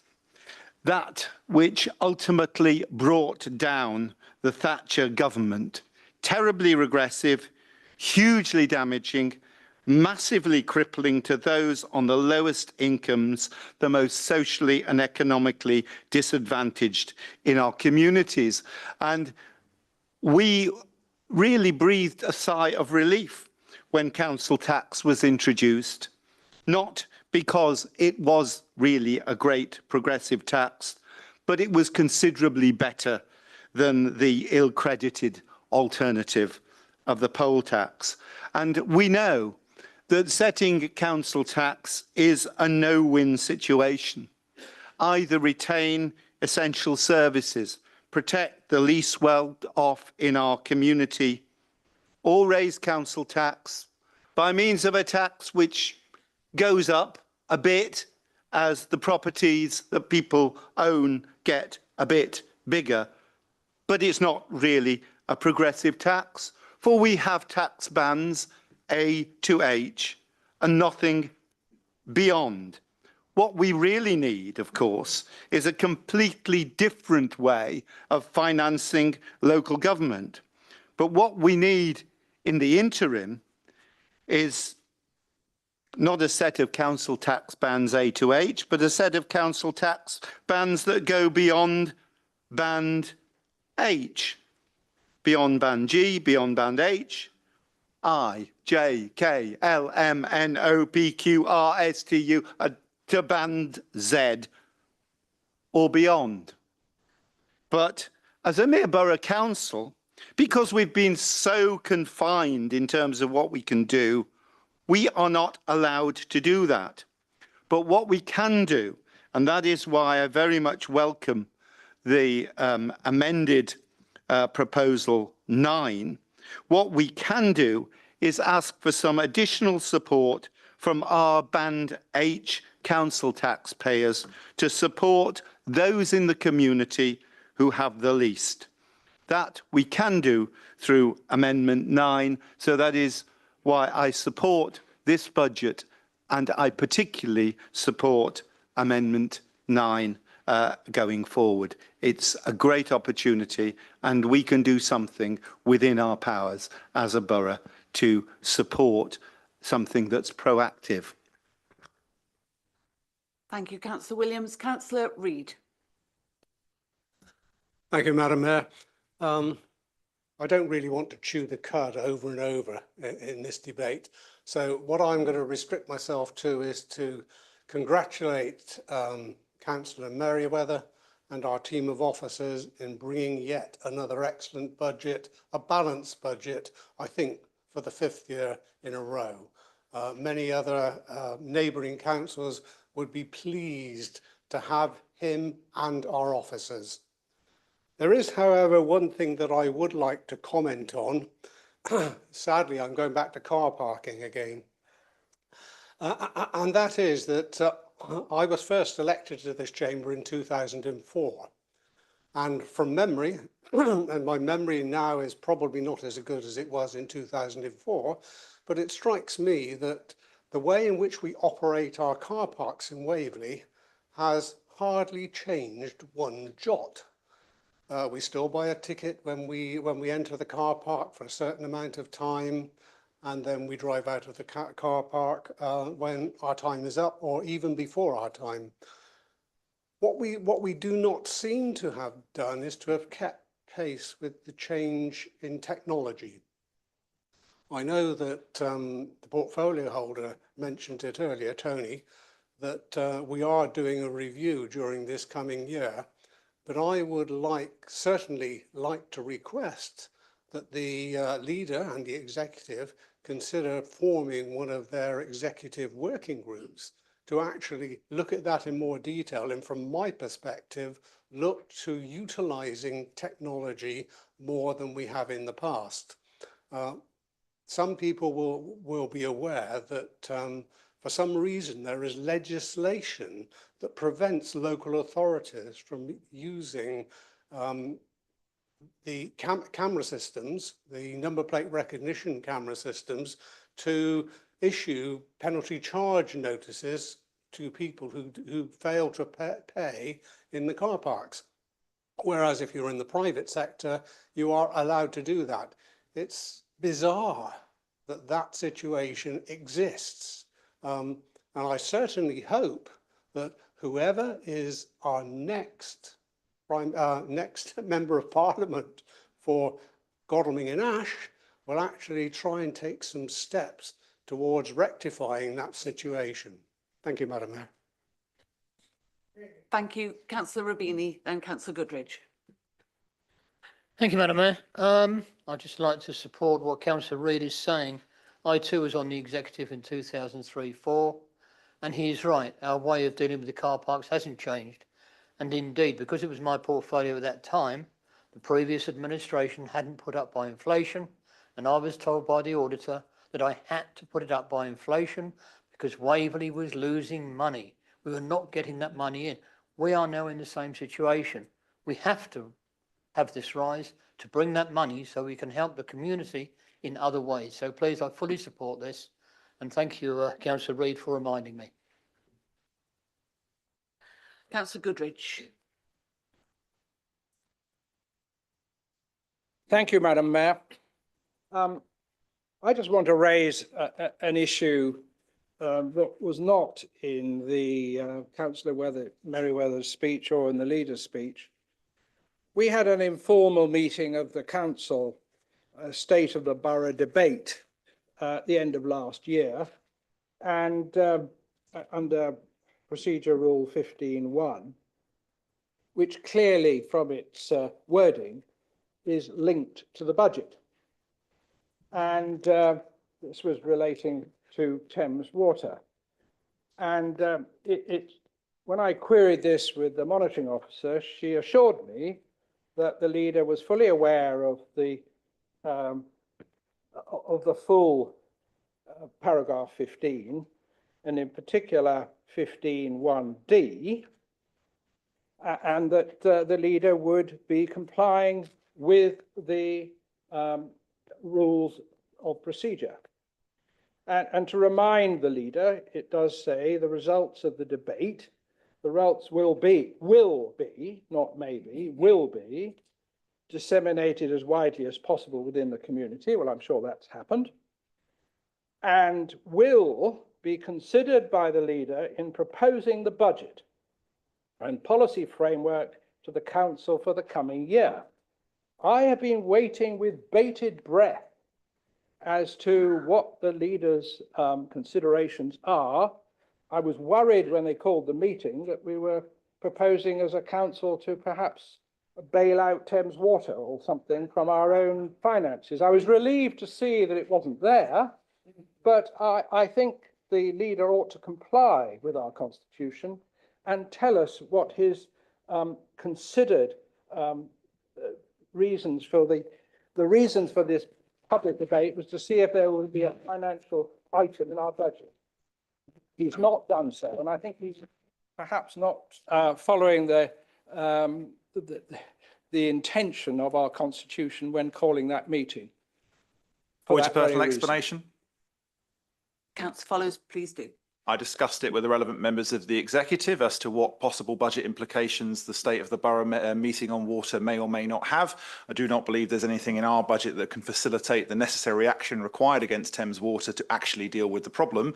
As the Member of Parliament currently for this constituency has found in talking predominantly with the Chief Executive, they are not intending at any point to budge on any of the obligations that they have. They have effectively captured Ofwat and are not doing anything about any of their obligations whatsoever. There have been subsequent letters to Thames Water that have gone unresponded. I do not believe that there is a prudent financial mechanism in our toolbox to do that, and I have had the necessary discussions with the executive on that effect. The Constitution does not say how I have to present that to the budget. It does not say I have to have a budget line on the subject, even at zero. It merely says that I have to have considered it in a way equally undescribed in the Constitution. So, Madam Mayor, I would assert that my constitutional obligations on the State of the Borough meeting have more than been met. Thank you. Thank you. Councillor Townsend. Thank you, Madam Mayor. Again, I'd like to join the rest of the executive on thanking Mark for another balanced budget and for the team who have worked incredibly hard. As we all know, they get that funding from the government told a couple of days before they have to finalise their budget, and it is always a mad rush and a juggle. And, you know, we can't carry on like this. And whilst Councillor Martin says, oh, it's all doom and gloom, I think it's clear, you know, 1 in 5 council leaders have actually, after being surveyed by the local government authority, have said that they think it's fairly likely that their chief finance officer will need to issue a 114 notice this year. That's 1 in 5 in England. I think it is serious. I think it is a bit doom and gloom, actually. And they have a £4 billion black hole to prevent, that they need to fill to prevent widespread bankruptcy. And whilst, you know, we look at that and we think bankruptcy of a council, that is services to our residents, and real services that they rely on every single day. So it is doom and gloom, to be honest. When you look at the chart that's presented in the report of the decreasing funding from government and then the restrictions that's placed on us in order to raise money, it is doom and gloom, I'm sorry to say. You know, it appears to be an ideology almost to starve councils of funding. It feels like a choice by this government to do that. And I've said it before in this chamber, it feels like they want a free market in councils. They don't want this local democracy. They want to move it out of the way and for there to be another way of delivering services. But I am ideologically opposed to that, Madam Mayor. You know, we are faced with real-term cuts in our spending power. We're faced with the uncertainty of inflation. And whilst Councillor Martin may have his rose-tinted spectacles on, I'm very glad that Councillor Merriweather is being very pragmatic about that. We have the retention of business rates, also how much retention of business rates we're able to keep hanging over us. And then there's the fair funding review that keeps getting kicked down the road again and again and again. And whilst it's not a vote winner, it might not be a vote winner, it is incredibly important that this council has certainty. Every council, they need certainty. They need to know where their money's coming from so that they can budget for years ahead. And, you know, it is regrettable, obviously always regrettable, that we have to increase council tax, that we have to increase car parking. But we have to make sure that this council is strong in its budgetary preparation and the budget going forward in future years. We can't rely on hoping that government funding will come forward or on hoping that a different revenue stream will suddenly appear. We have to be careful, we have to plan, we have to be prudent. And we have to make sure that the services that we provide to our residents are protected year in year. Thank you, Madam Mayor. Thank you, Councillor Martin. I would just say, what is your point? The point of information is on what Councillor Townsend said about what I said, and I would just like to clarify, I was speaking about this council, not the country as a whole, and I was pointing out that over the last 4 years, the level of government funding has increased, not decreased. Thank you. Thank you, thank you. Are there any other speakers? Councillor Palmer, then. Thank you, Madam Mayor. I'd like to echo the words in particular of Councillor Townsend that we owe considerable debt to our colleague Councillor Merriweather for the sober and careful analysis of the situation and the way in which he and his team have steered us through what is generally accepted as a very difficult period for councils of all political complexions up and down the country. The opposition, in a way, seems to almost accept it in that they've limited their proposals to, I don't want to be rude, but a slightly trivial amendment. And on the other hand, Councillor Martin has a certain insouciance about the prospects, which is more reminiscent of Liz Truss than it is of the current Prime Minister. We really need a council leadership which is prepared to take care with council finances and which really give local businesses and local residents the confidence that we will not head for the Section 114 outcome, which so many councils across the country are suffering. In particular in Surrey, a number of councils have a certain degree of alarm about their prospects, and I very much welcome the care with which this budget has been proposed. I look forward to supporting it. Thank you, Councillor Hyman. Thank you again, Madam Mayor. I've listened and I'm happy with the budget as it's been put forward. I do think that it is lovely that we can all face such certain doom in such good humour. But I am ideologically opposed myself also to some things, one of them being people who won't answer a straight question. If I can turn to page 45, the bottom of the top paragraph, it says that, I'd like to know what I'm doing here, in recommending the draft budget to council, the executive would be approving the pay award, and now the council would be doing the same, approving a pay award. And I'd like to know whether or not we are, whether it has been, the matter has been resolved, and if so, what the staff and councillor allowances rise would be, so that we know whether there's a little bit more money available or less money available than has been assumed. So if it's been resolved, how does it compare with what the assumptions were? What impact does it have on the budget? If it hasn't been resolved, are we expecting it to be? Is this budget going to be able to actually go through as it should? Because it is part of it that we're agreeing. Thank you. Thank you. I'm sure that will come up in the summing up. Councillor MacLeod. Thank you, Madam Mayor. I would like to speak in support of the new recommendation 9 that the leader introduced at the start of the meeting.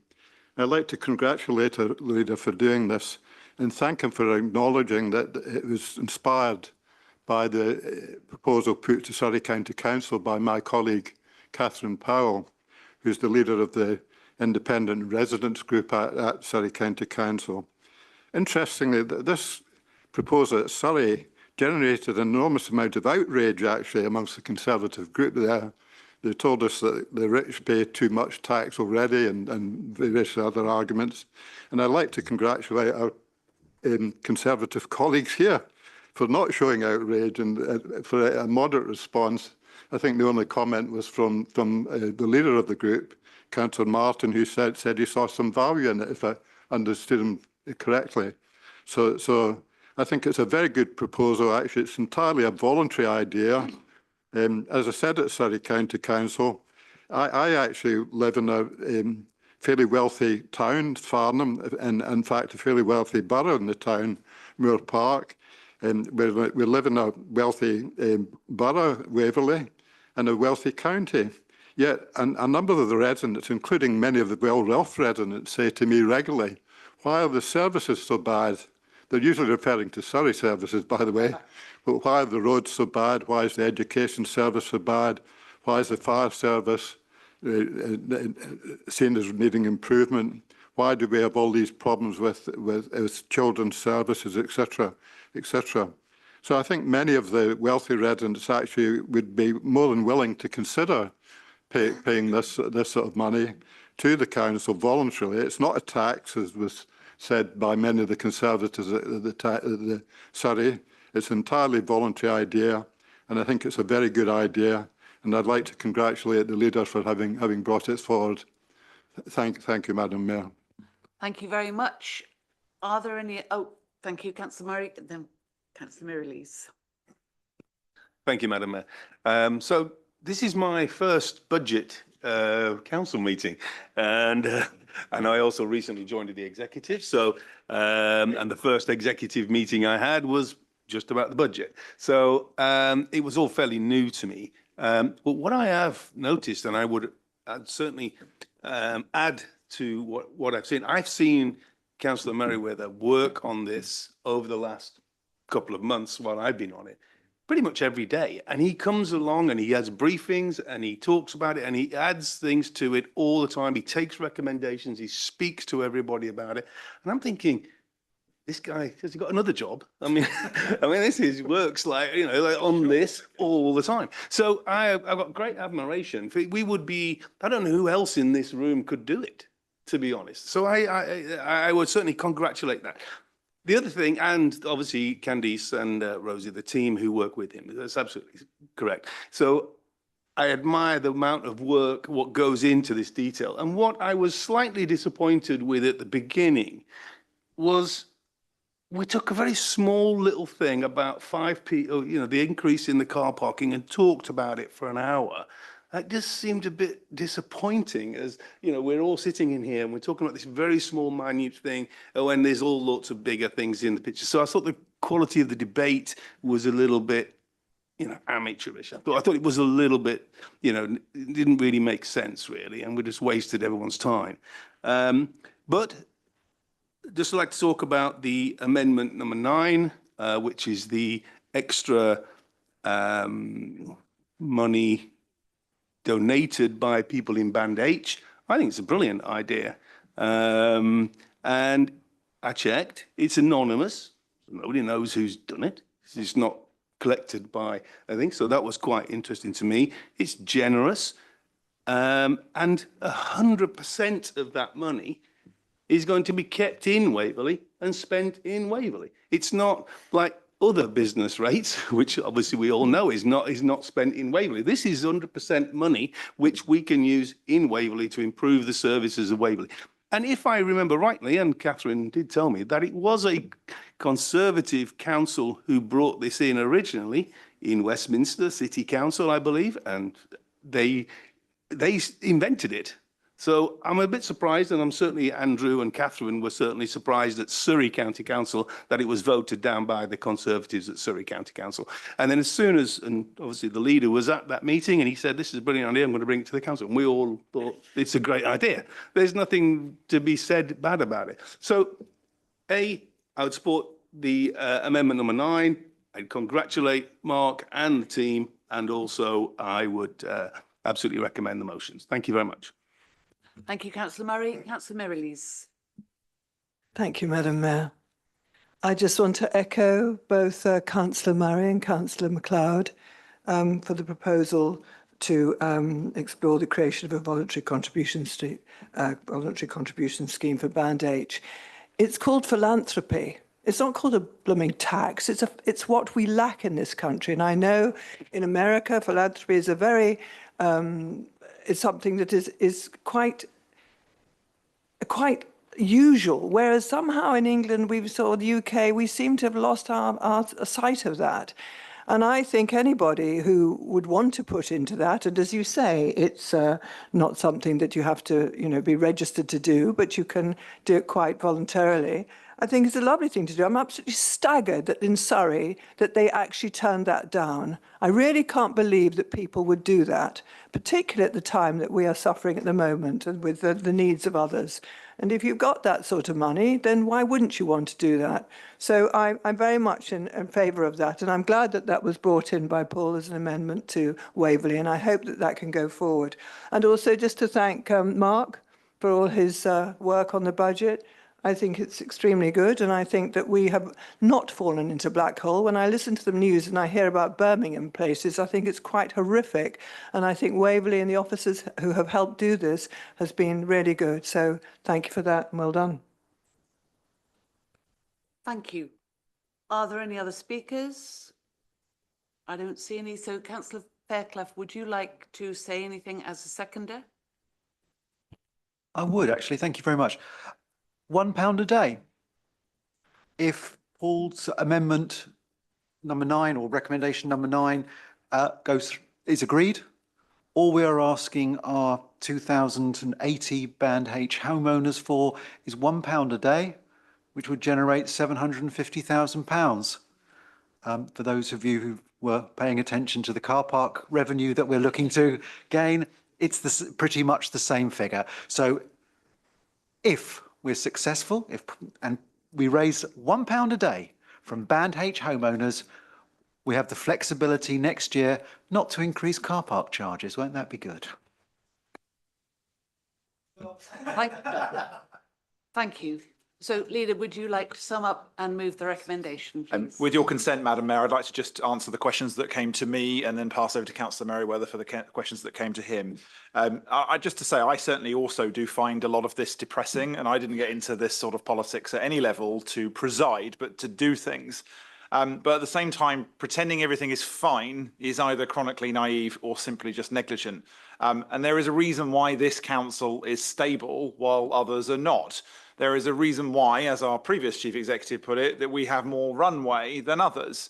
And it's because we do make those hard choices when we need to. And to use Councillor Palmer's words, there is care in that decision making. It is not because we like doing some of these things. It's because we have to, because there are no alternatives, and because we want to make sure that those who are in the most potential harm are the most protected from those cuts. Councillor Martin, I sometimes sort of see myself, and I've been told I'm a lot of things, as some kind of Robin Hood of politics. And I have this habit of being quite happy to borrow or outright steal good ideas wherever I find them. And Councillor MacLeod, you're quite right. I did borrow this from one of your colleagues, and I was incredulous to see how almost it was taken as a joke to throw it out. And, it was almost offensive. And there are other Surrey County councillors in this room, and I was offended at how flippantly it was taken and how deliberately it was misread. And as Councillor Murray has pointed out, I actually took this directly from a Conservative council that brought it in. A good idea is a good idea. I've got evidence that it works. I've got clear governance structures. I mean, let's be quite honest, our new chief executive has actually been involved in its management. So, I mean, that seems like a no-brainer to me to have a go. And actually, isn't it worth a go? I mean, even if it raises nothing, the idea that we've tried to get some money in to help people, and what is this for? It's to help people. I mean, I'm intending in the working group that this recommendation proposes actually to, again, borrow some words from Catherine Powell, which is to actually not only meet the corporate strategic aims of the council, but to use it for early intervention, to help people at the beginning, where it will do the most benefit, and will also therefore save knock-on costs for the council. It's double win on both sides. So that is where I'm intending to go for that. And as I have been called a communist in this session, I mean, it happens on time to time. Sometimes I'm a fascist, sometimes I'm a communist, depends what I'm saying. Philanthropy, in my opinion, is what is necessary when the state doesn't have suitable structures to actually fund things properly. We shouldn't be having discussions about charitable giving to fund the entire NHS or other things like that, or the whole of local government. We shouldn't be in any of those situations. We should actually have proper state institutions that are properly funded by the government and by the proper mechanics of a properly functioning state in 2024. We don't, so I have to do this. Councillor Reid, I have absolutely no doubt that many of our neighbours will be keen to have our officers, and I can assure you a strong note will be going to Peter Vickers the second I get a chance on that very subject. I can confirm that there will, of course, be a member reference group or an executive working group to more directly include members on the discussions about parking that we need to have. I know that everybody who may or may not have an involvement in the coming general election is aware of the legal issues with ANPR, and I have no doubt it will be picked up. Councillor Merriweather is probably going to talk a little bit more about some of the actual questions on the variations in car parking charges, what they actually mean, the relative costs and charges between other places. And at that point, Madam Mayor, with your indulgence, I will now hand over to Councillor Merriweather to conclude. Thank you, everybody. Comrades, right. Councillor Merriweather. Nick, you've done it. From when, hang on, Councillor Follows. Sorry. You're talking over me. Councillor Merriweather needs to hear this very clearly. From when you start to speak, you have 1 minute. It's about 1.5. I'm so 1.5 minutes. I thought I had 2. Okay. 1.5. Thank you. Listen, I hope all of our residents will get a chance to watch this debate because it has, I think, very clearly established what some of our Conservative colleagues' priorities are. This is a budget that will affect people's lives, some of the most vulnerable people in our community. And we end up not only talking about car parking, but talking about our residents as if every single one of them is willing and able to drive a car and use our car parks. And that's simply not the case. And as if anyone who does drive and use our car parks is actually going to be up in arms at the thought of paying an additional 10 pence for an hour to use them. People who use our car parks vote with their cars. And at the peak times, you cannot find a spot in our central car parks for love nor money. That is why we introduced a structured car parking strategy so that the outer car parks are much, much cheaper. Riverside 3 in Farnham, for example, is a great example where even though we provide very cheap spaces for workers, they still don't use the car park. Riverside 3 generates less than £10,000 a year. So whatever we do, there's nothing apparently that we can do to suppress the appetite of our parkers. My time's up. I'll talk to David later about the extra revenue. Thank you. Thank you. So before we come to the altered substantive motion, I'm going to ask Susan to read out very clearly one slight fine-tuning. Yes, thank you, Madam Mayor. So just to be crystal clear on the matter that members are about to vote upon. So the proposed motion was altered at the outset and moved and seconded and has now been debated on.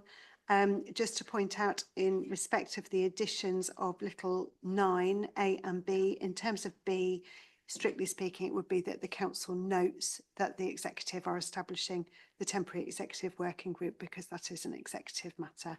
So we would want to just insert the words to note. Thank you. Thank you.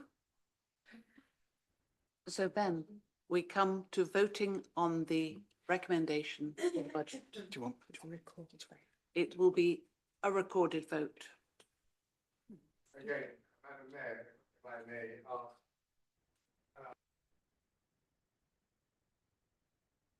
It would seem to me for most of the recommendations, apart from item 3, are we voting on the lot? Or are we voting on each one individually or everything apart from 3? We are voting en bloc for the recommendation. Thank you. Madam Mayor, can I ask, does the law allow us, if we could refer to the monitoring officer, does the law allow us to use the electronic voting system, which is somewhat quicker, hopefully, sometimes? And did I get an answer to my question? which I was told I would. Through you, Madam, where we're not using electronic voting, the law provides that we have to take a recorded vote on this item. Thank you.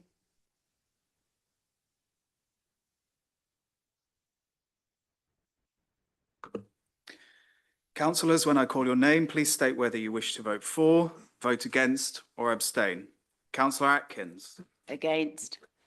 Councillor Austin. Against. Councillor Barker-Lomax. Against. Councillor Beeman. For. Councillor Busby. For. Councillor Clark. For. Councillor Crowe. For. Councillor Davidson. For. Councillor Denis. Councillor Deuce. For. Councillor Fairclough. For. Councillor Follows. For. Councillor Gale. For. Councillor Goodridge. Against. Councillor Hess. For. Councillor Higgins. For. Councillor Hyman. For. Councillor Keane. For. Councillor Keel. For. Councillor Lawton. For. Councillor Long. Councillor MacLeod. For. Councillor Martin. Against. Councillor Merriweather. For. Councillor Mirrlees. For. Councillor Morrison. For. Councillor Munro. For. Councillor Murray. For. Councillor Nicholson. Councillor Palmer. For. Councillor Kenreid. For. Councillor Ruth Reid. For. Councillor Relene. Against. Councillor Paul Rivers. For. Madam Mayor. For. Councillor Rabini. For. Councillor Spence. For. Councillor Staunton. Against. Councillor Steiger. For. Councillor Sullivan. Against. Councillor Liz Townsend. For. Councillor Philip Townsend. For. Councillor Ward. For. Councillor Weldon. For. Councillor White. For. Councillor Williams. For.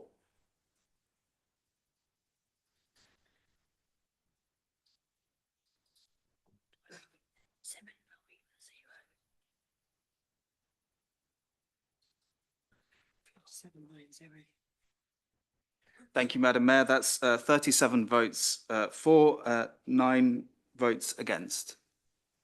Thank you, Ben.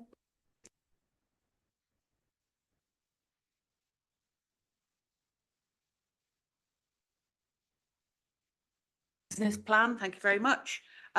Leader, would you like to introduce and move the recommendation, please? Thank you very much, Madam Mayor, and good evening again, members. Before I begin with some introductory remarks, I'm pleased to move this motion and believe I have a seconder. Happy to second. I am exceptionally proud that we are a council that provides social housing. I am a child of social housing myself. My parents are social tenants, though not here.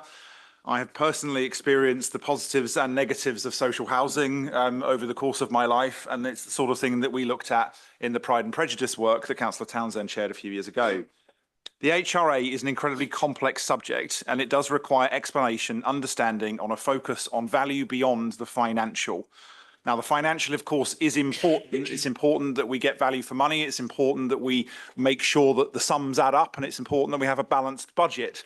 But it is absolutely not the only type of value. And I think when we're talking about the HRA, it's important that we do focus on those other types of value. And it's value for residents that is at the core of the HRA, and social value that is at the core of the HRA.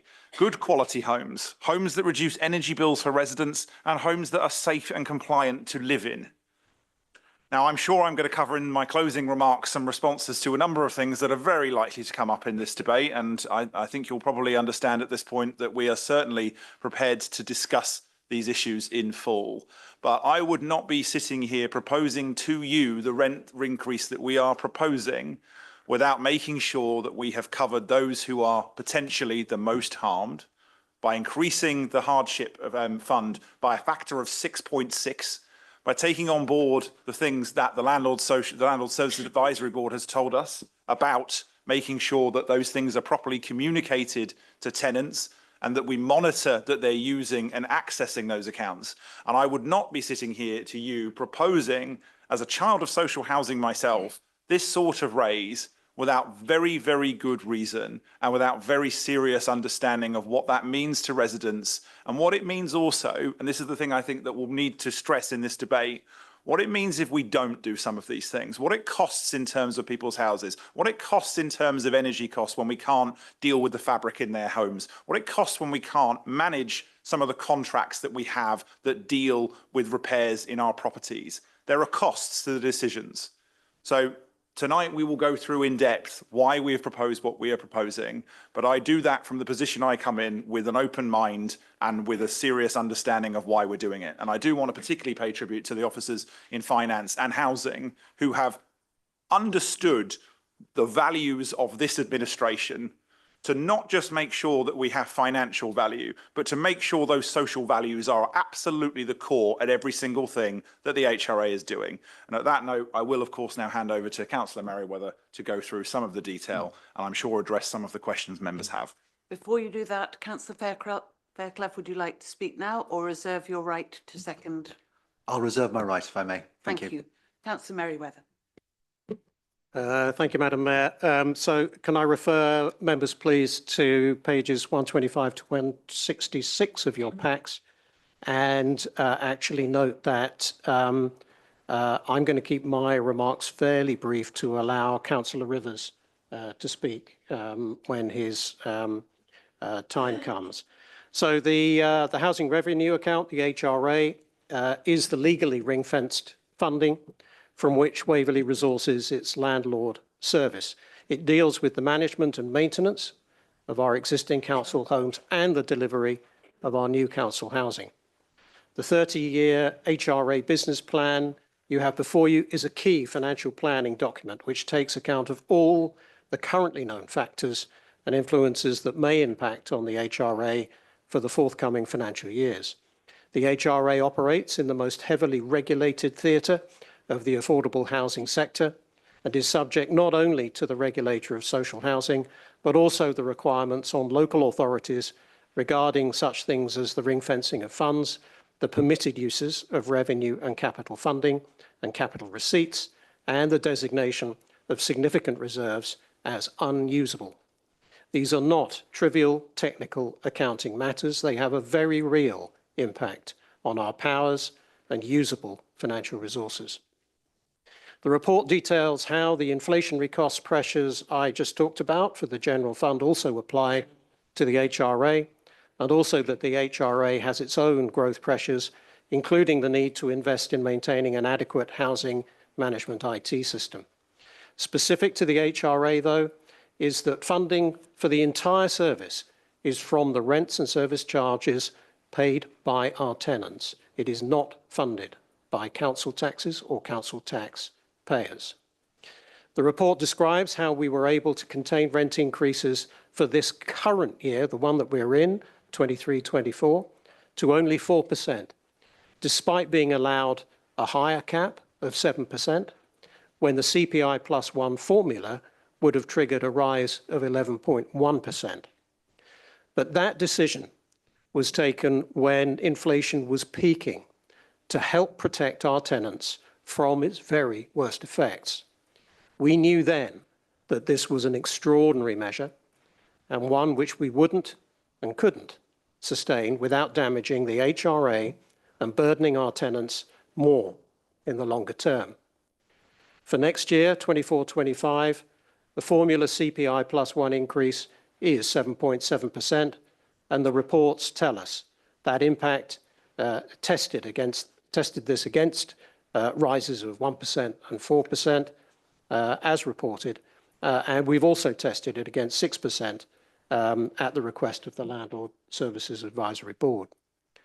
We've also taken into account the compounding benefit of the lower 4% rise last year, meaning that a nominal 7% rise next year still leaves tenants 2.8% better off than they would have been had we charged the maximum last year too. This is also complicated further by the impact of the so-called 53-week rent year, which is also explained in the report, and how that interacts with universal credit. The difficult conclusion is that on balance, a rent rise below 7.7% would harm the HRA's financial sustainability, and so it is this rise that's recommended. However, we are proposing in mitigation a substantial 6.7-fold increase in the hardship fund to £200,000 to support tenants who are the most affected. If I may, I've only got a paragraph. The report also explains our recommendation to update service charges to ensure that increased costs, especially for electricity and gas in our senior living facilities, are recovered fully, fairly, but sensitively.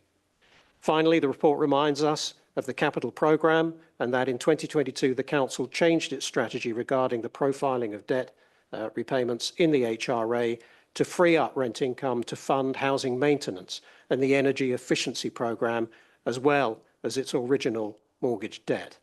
So I commend these recommendations. I know that Paul has got some things to say, but I would beg you, please, I'm absolutely flattered by all the compliments, but they are all supposed to be and duly directed at the officer team who do all the work. Thank you. Thank you, Councillor Merriweather. Councillor Paul Rivers and then Councillor Palmer as the two portfolio holders for housing. Councillor Rivers. Thank you. So with the indulgence of the Mayor, I again, of course, thank our brilliant officers and our colleagues for the production of an excellent and readable budget report, which sets out clearly how this administration proposes to deal with current housing challenges. And of course, to underpin plans for new affordable homes and stock remodelling. I thank too our tenants panel and the Landlord Services Advisory Board for their review of this report and their comments, and the Overview and Scrutiny Resources Committee for its comments too. The need for more and better social housing remains with us. There are over 1,000 families on Waverley's housing waiting list, and of course there is insufficient government funding to help us meet this demand. We do what we can with what we have, and it saddens me that in this budget we must balance compassion with pragmatism. I'm just going to focus on 3 points. Key point 1, of course, the headline recommendation to raise rents by 7.7%. Rental income, it needs to be said every time, rental income feeds solely into the housing revenue account. Not one jot, not one tittle of council tax is used to maintain or add to our housing stock. And the challenges of inflation and the cost of living crisis makes this decision one we have taken with a heavy heart. The impact of this rent rise on the family in a 2-bedroomed home sees an increase from £130 per week to £140 per week. This makes a big difference to many of our families. The Overview and Scrutiny Committee recognised on 15th of January that this decision to increase rent is influenced by this year's growth bids and the need to balance financial demands caused by the debt profile in the HRA and additional borrowing, while last year's decision to cap the increase at 4% was primarily influenced by the cost of living crisis. Yes, it was.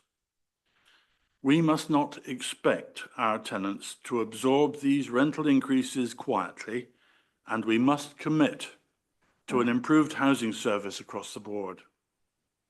Our tenants panel is right to point out the decline in tenant satisfaction figures from 83% in 2017 to 68% in 2023.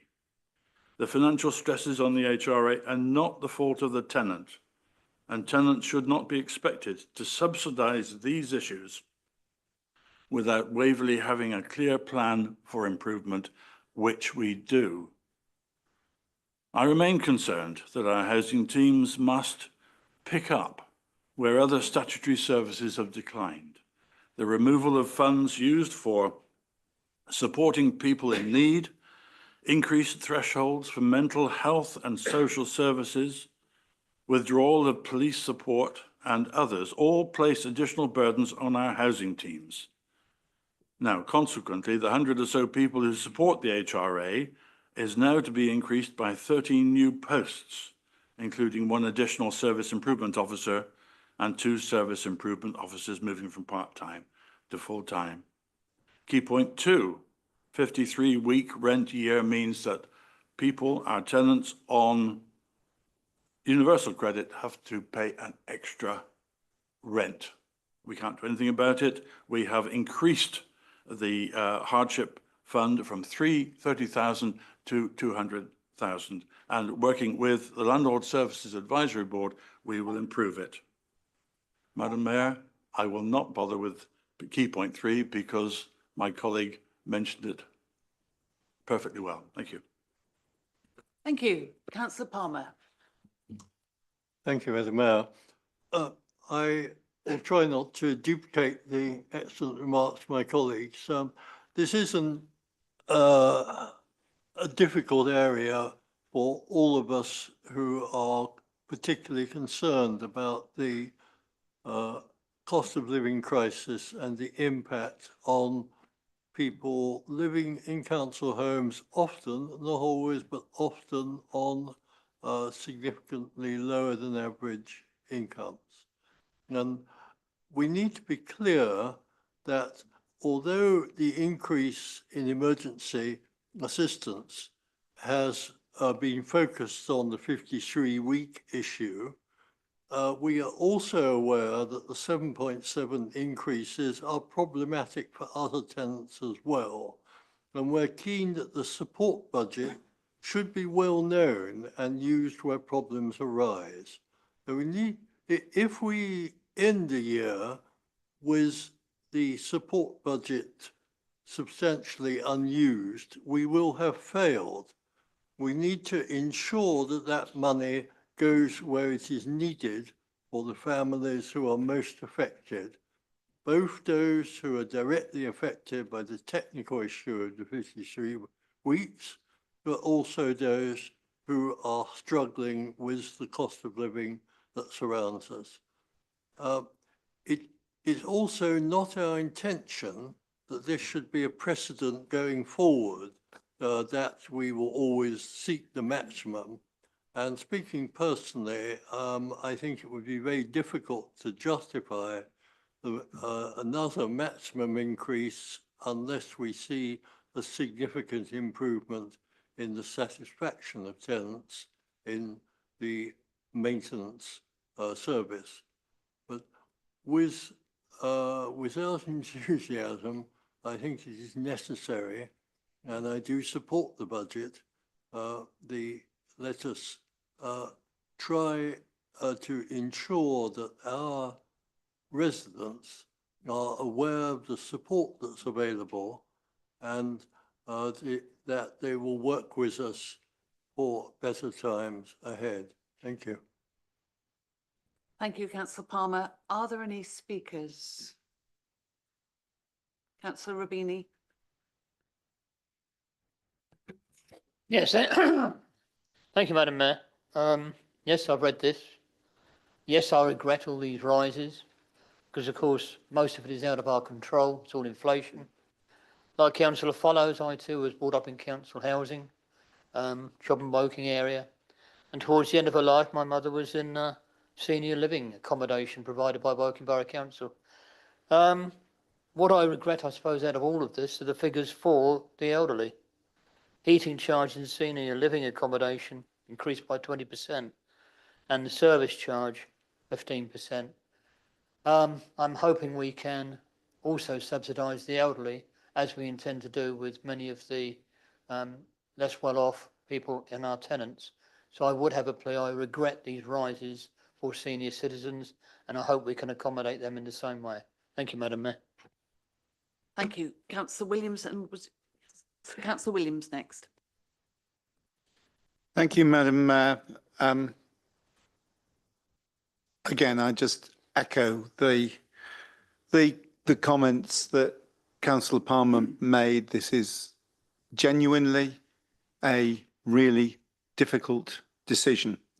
It is another example of how councils are being put in an absurdly ridiculous position.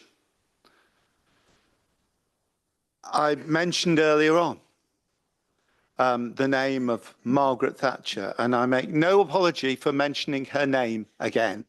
In 1980, there began the sale of council homes, and that has decimated the housing stock in this country. Between 1980 and 1984, 500,000 council homes were sold. Since 1980, over 2 million social homes have been sold, with only 4% of them replaced. And although we are trying to fight against the tide, we are building decent, quality, passive house standard, energy efficient social housing in Waverley. I wish we could build more.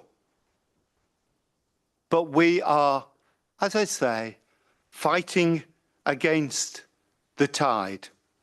The social housing stock in this country is being diminished as a proportion of total house build year after year after year. And yet we need more and not less. So let's see this thing in perspective. And once again, I would say to this council, we have made the best of a very bad job and a very difficult position in which we have been placed in by governments since the 1980s. Thank you. Councillor Martin. Well, thank you. It seems that we have to declare our badges of pride as to whether we lived in council houses or not. And two speakers have hitherto said that. And then we also have to go into history lessons with Margaret Thatcher from 50 or 60 years ago. Well, let me just say for the record, I was born into a family which rented their house privately. And in the 1950s, that was a pretty unrestricted market. It wasn't until the 1957 Rent Act, if we want some history, that began to be improved. By the way, whilst I'm in passing, my parents didn't own a car and neither of them could drive, and I relied on foot, cycle and public transport, so I know what that is like as well. Okay, we've got that off my chest, Madam Mayor.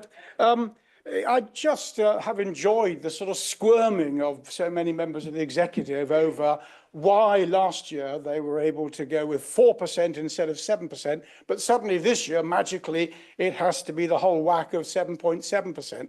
I mean, weren't they struggling in order to try and justify that? And they bent over backwards to do so. And they talked about peaking inflation and goodness knows what. And of course, we all know that last year they would have failed the David Munro doctrine because they only went up by 4%, not 7%, with all the difficulties. And even that was they attempted to explain. It seems to me that if it was good enough last year to go with 3% under the maximum that was allowed, then we could go this year with a little under that. And that is my point. I don't see how they can justify 3% under last year, but suddenly this year, which of course is not a local election year, they go to the whole amount. I'm not happy with that. Thank you. Thank you. Councillor Hyman.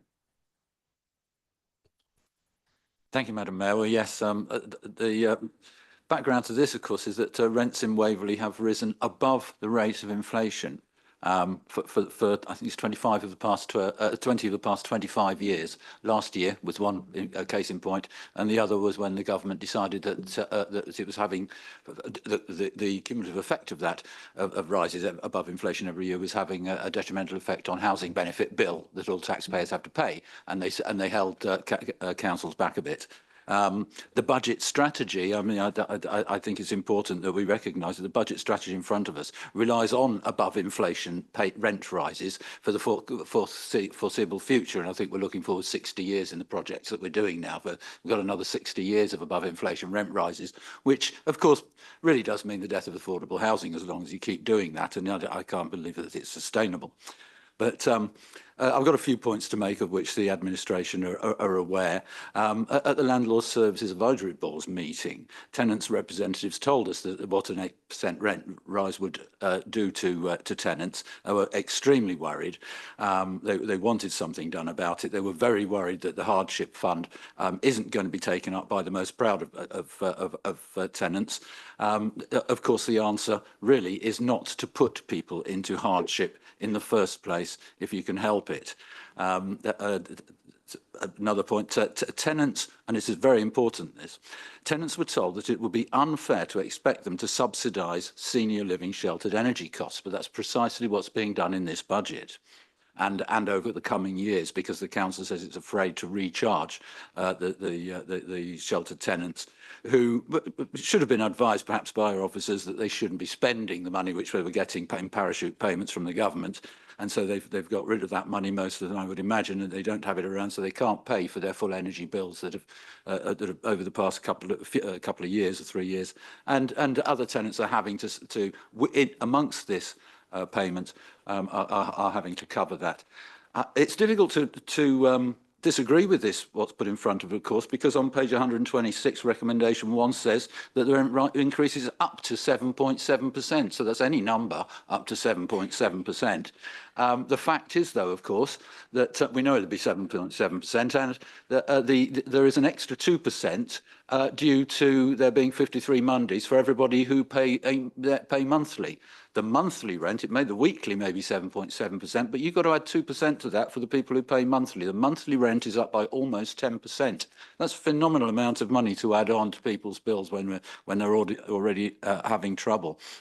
In addition to that, tenants are being apparently forced to pay for unwanted new service charges of 2 to 3%, which are being brought in for cleaning communal areas, which the tenants already do themselves. So they're going to be charged for doing something that they do themselves. So that some tenants are actually going to be fined, who pay monthly, are going to find that they've got a 12, 13 or 13% increase. And I just think that's completely out of order and we shouldn't be doing it. As I say, in total, between 12 and 13% on some tenants. Some of them, it will be the 8% if they're paying weekly and are. But some of this we are paying, through all tenants are paying through their rent for other people's energy bills amongst that, and I don't think that they can be particularly happy about that. Worst of all, Madam Mayor, we're adding £23 million of debt and dumping it on the people who are least able to pay it, largely to pay for the indulgent overpriced new housing projects. That's 24.9 on page 143. It says meeting the climate change emergency in respect to the council's housing stock is both financially and resource intensive. And of course for 13 new posts, and of course costly mistakes in commercial property investments that have been mentioned by others here. Effectively, tenants are bailing out the general fund, which Councillor Martin referred to. This is embarrassing. It is regrettable, and I'm afraid, being able to see the big picture here, I cannot in all good conscience vote for it. I'll leave it at that. Thank you very much indeed. Thank you very much. I have 2 other speakers, Councillor Keane and Councillor Higgins. Point of personal explanation. Thank you. The HRA cannot legally bail out the general fund. That is an inaccurate statement and I think needs to be clarified. Point of personal explanation, if you would like clarification. It wasn't a point of personal explanation that the leader put forward, but it was a comment. Thank you. May I make a point of personal explanation? You still can't make it under a point of personal explanation. Through you, Madam Mayor, a personal explanation needs to be a clarification of something that a councillor has said in an earlier part of the debate of this meeting. So if I could just ask Councillor Hyman, who is now indicating he wishes to make a personal explanation, is it specifically correcting something that has been said by you in an earlier part of tonight's debate, misquoted by another councillor. It's in response to the point that has just been made where I've been asked for a personal explanation and I would think I can make I would an advise that's not a personal personal explanation explanation, in Councillor response to Hyman. that. I'm going to move on to the next two speakers, Councillor Keane first and then Councillor Higgins. Thank you, Madam Mayor. Well, I am a member of the Tenants Board and very proud to be on that board. It works extremely hard and the officers and the staff are very aware of the pain that it can cause to tenants when the rent rises are discussed. But I think there's one thing that has to be realised, and it has been touched on, that the only way that houses can have new bathrooms, new windows, new kitchens, have repairs done, have their mould and damp sorted out, it can only be done by the rents that they pay. And it is just a sad situation that we're in, that we have to put the rent rises up. But we also have to remember that a lot of our council stock is very old and it needs a lot more attention. So I am very happy to support the rises. Sadly, I don't feel, you know, that I would want to, but I understand the need there is to have this money in to do all the repairs and also to rebuild. And they're quite right. When the council houses were sold by Mrs. Thatcher, it was the demise of our housing stock, which has caused us to have 1,000 people on our waiting list. Thank you, Madam Mayor. Thank you. Councillor Higgins, then Councillor Gale. Thank you, Madam Mayor. This budget was actually scrutinised by ONS Resources on the 15th of January. Now people might say I need to get out more, but I actually watched that committee meeting and I thought the committee did a good job. They asked very pertinent questions. They asked a lot of questions of finance officers who gave very clear, concise answers, made it easy to understand the consequences of certain actions, which isn't easy to do because it can be quite complex. Also, Councillor Merriweather made it very clear as to the consequences were we to reduce the rent.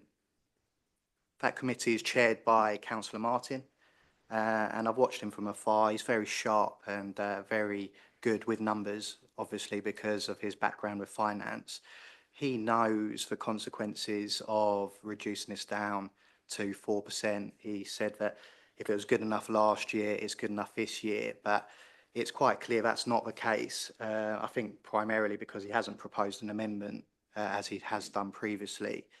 If I take you to page 134, it explains the consequences of reducing it down to 4%. It's 1.2 million, almost 1.2 million in the first year. It's 55 million across 30 years. Now, who picks up that tab? That's for tenants. Doesn't come from anyone else. So although it's hard to vote for a 7.7% increase, it's absolutely necessary to protect the tenants in the long term. Thank you, Madam Mayor. Thank you very much. Councillor Gale. Thank you, Madam Mayor. I don't like to see a rise in rents, but I do realise that we have to maintain these properties. And I realise that the HRA is ring fenced and that's where the money comes from to do that. But I would like to say I would like to see our properties maintained correctly. I have a number of people who contact me almost on a daily basis now where they are having problems with the contractors who are dealing with problems in their houses. And to be honest, I've had a look at some of these and I'm quite ashamed that our properties are in that position. So I would hope that things are going to get better on that respect. And I'm sure there are councillors here who are working on that, and I do hope it happens very soon if people are going to be looking to pay 7.7% more rent for these properties. On the council house being sold, guilty. I had to buy my council house back in the 1980s because the council weren't building any social housing. I had to go in with my parents and buy the house, and I would have been looking for a house myself, but there were no social housings being built at that time. And this is why we bought them. And a lot of us looked after our parents until they passed. So we're not the spore of Beelzebub for buying those properties. We had to do it. We were forced to do it.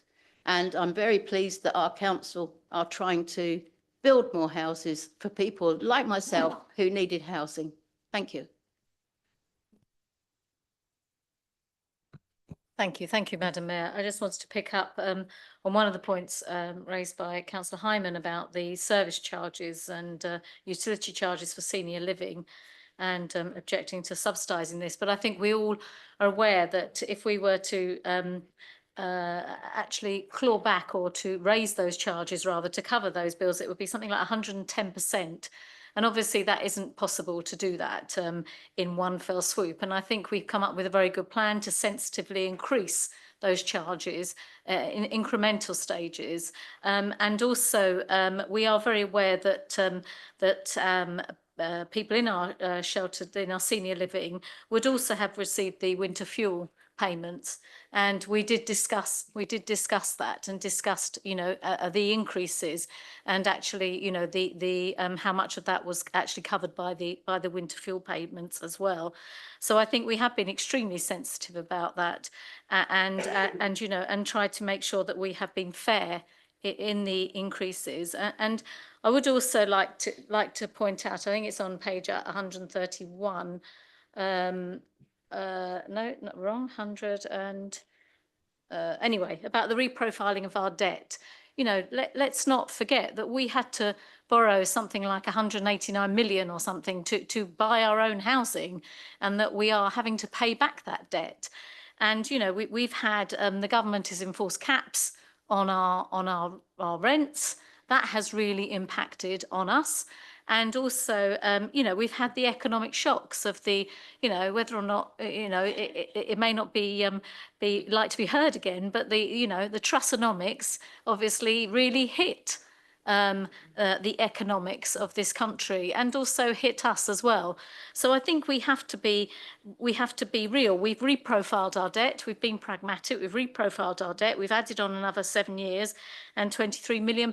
But what we've done is we've showed a clear commitment to our capital programme, and over the next 10 years. And within that capital programme is obviously maintenance, and our houses, unfortunately, a lot of them have come to a similar age at the same time, and obviously have similar issues.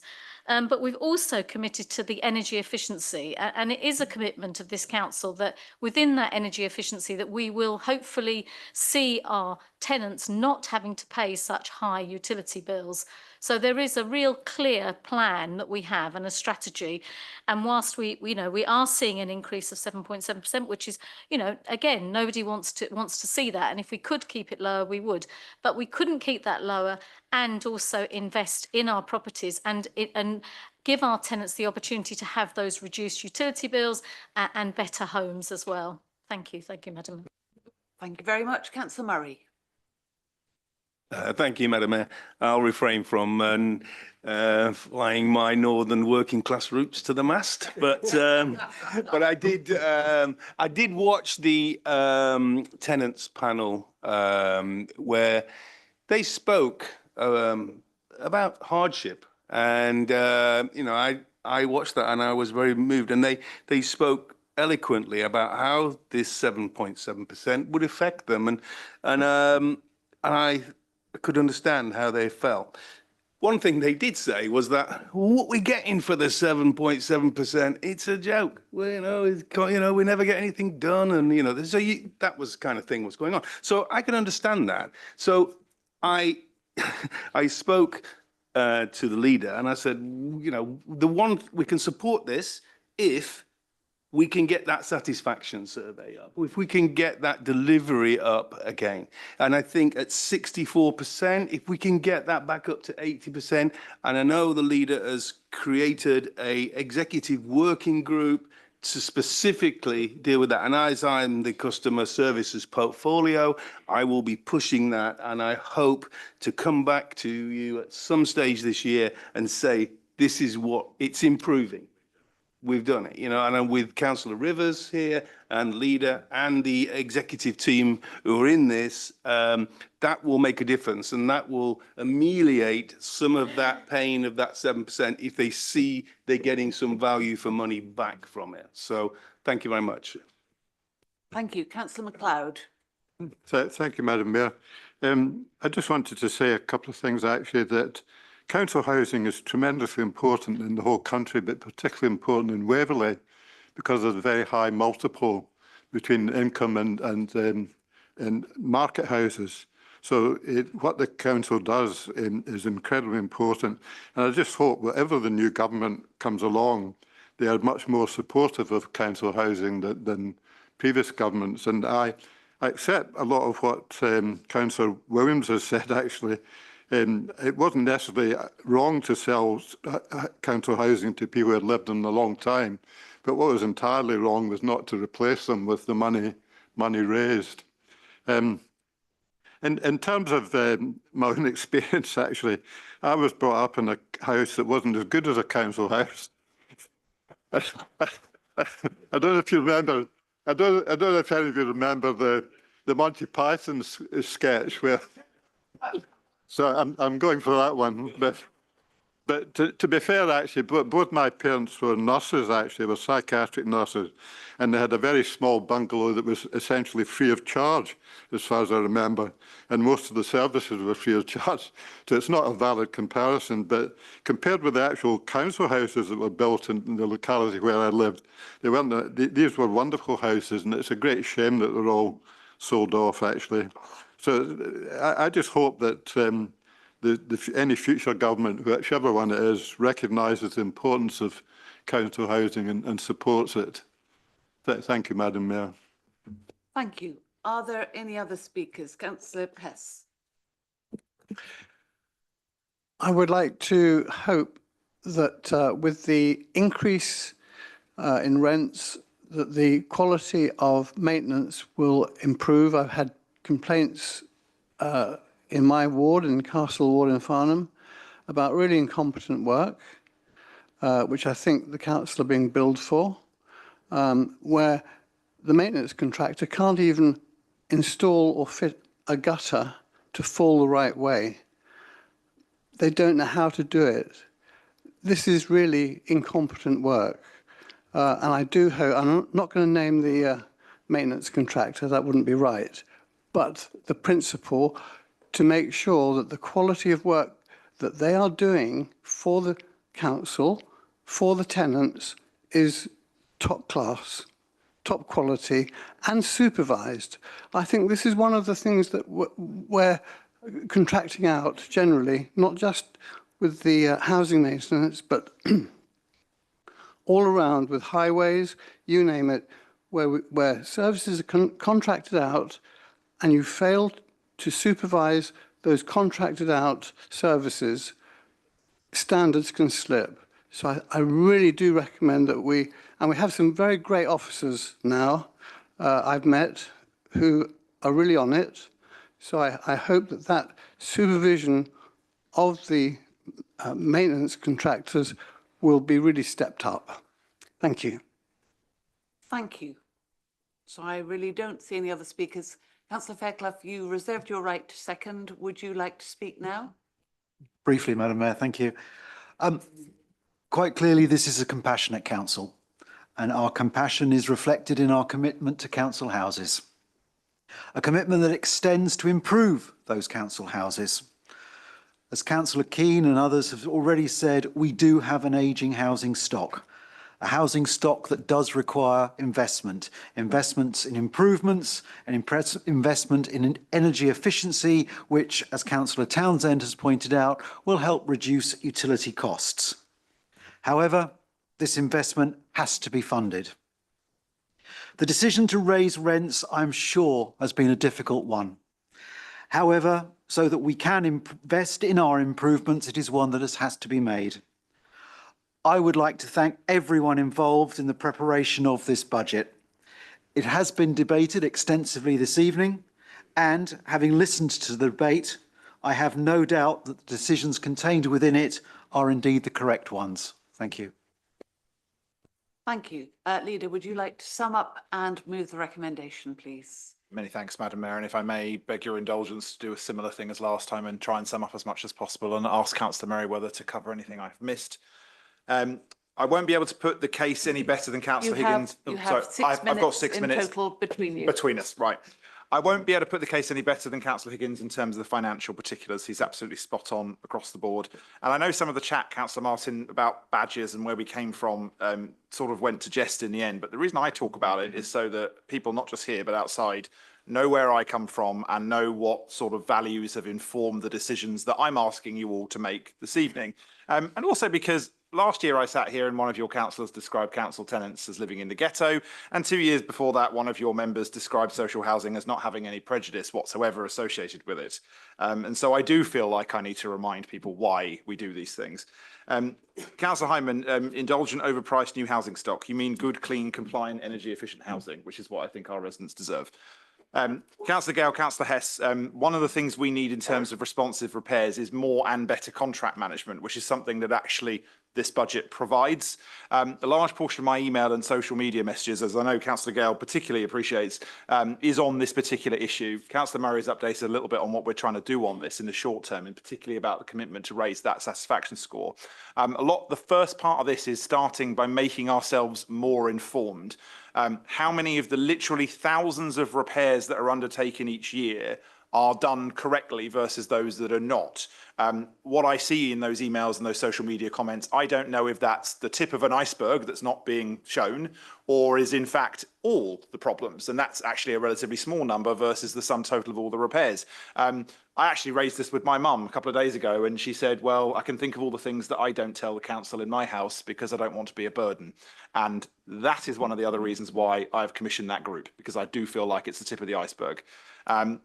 Councillor MacLeod, I totally agree with you, and I have the same strangely positive recollection about army housing in the 90s, but I'm sure that's for other reasons, and probably for the same reasons that made me chuckle about the new Monroe Doctrine as somebody who works in defence. I'll now hand over to Mark Merriweather. Thank you. There's no way I'm going to use this. I want to acknowledge my understanding of how much work and how much responsibility Councillor Hyman, how much credit he should be given for getting us our council housing estate. So, you know, we're only having this discussion through efforts largely from him and others. So, I don't want to be combative at all about any contribution that he wants to make. But I would ask him to portray our corporate strategy, our corporate priorities on council housings in the way that we envisage them. It's positive. It is about quality and not just quantity. I'm sorry that I simply didn't follow his maths when it came to percentage rises. I'm afraid 5% of something plus 5% of another thing isn't 10% of the whole lot, but I'm sure that's just my I didn't hear correctly what you said. Just to note the 23 million that you mentioned in terms of the additional borrowing impact of going with 7.7%.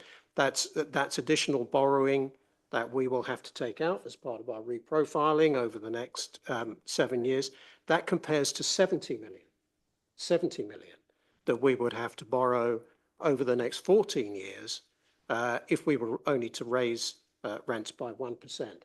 So at 7.7%, what we are doing is reducing the borrowing impact. And that's a very, very important point because it comes back to the ring fencing of the HRA. One way or another, our tenants pay for it. And if they don't pay for it now, they will pay for it in the future. And we want to approach this sensitively and fairly, as fairly as we can. And that's all I really wanted to say. Thank you. Thank you. So we come to the vote. Are we happy to do this electronically? Yes. So when it lights up, it's the left-hand button for, the middle one to abstain, and the right-hand button against. So please vote.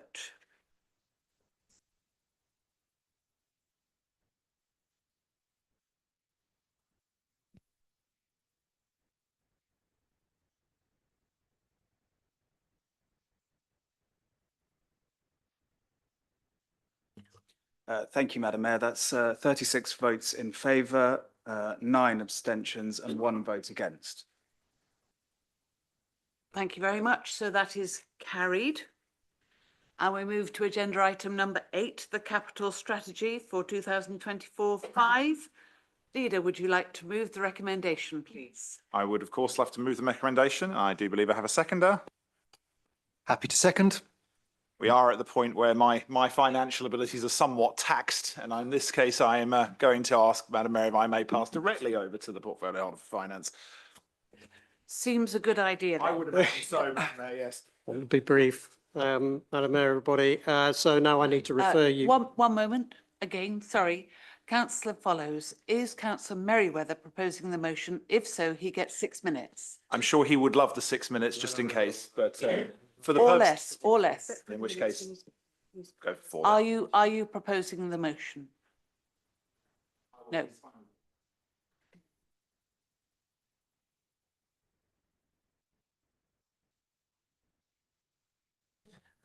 Okay, so pages 167 to 234 now of your packs. It's a statutory requirement for local authorities to produce an annual capital strategy, and the council follows best practice in doing so. This is a highly regulated and technical area, and the graphic on page 233 of your packs is there to help you map out the various strategies, annexes and appendices in the report to help put them into some kind of context. These strategies, the policies and the principles are intended to codify our practices separately for our treasury and our non-treasury investments. All 3 strategies, capital, treasury management and asset investment, apply to the general fund, the HRA and the trust activities for the 2 trusts that we look after. And in this year's update, there are actually only 2 enhancements from prior years, neither of which change what we actually do, but rather better record what we do.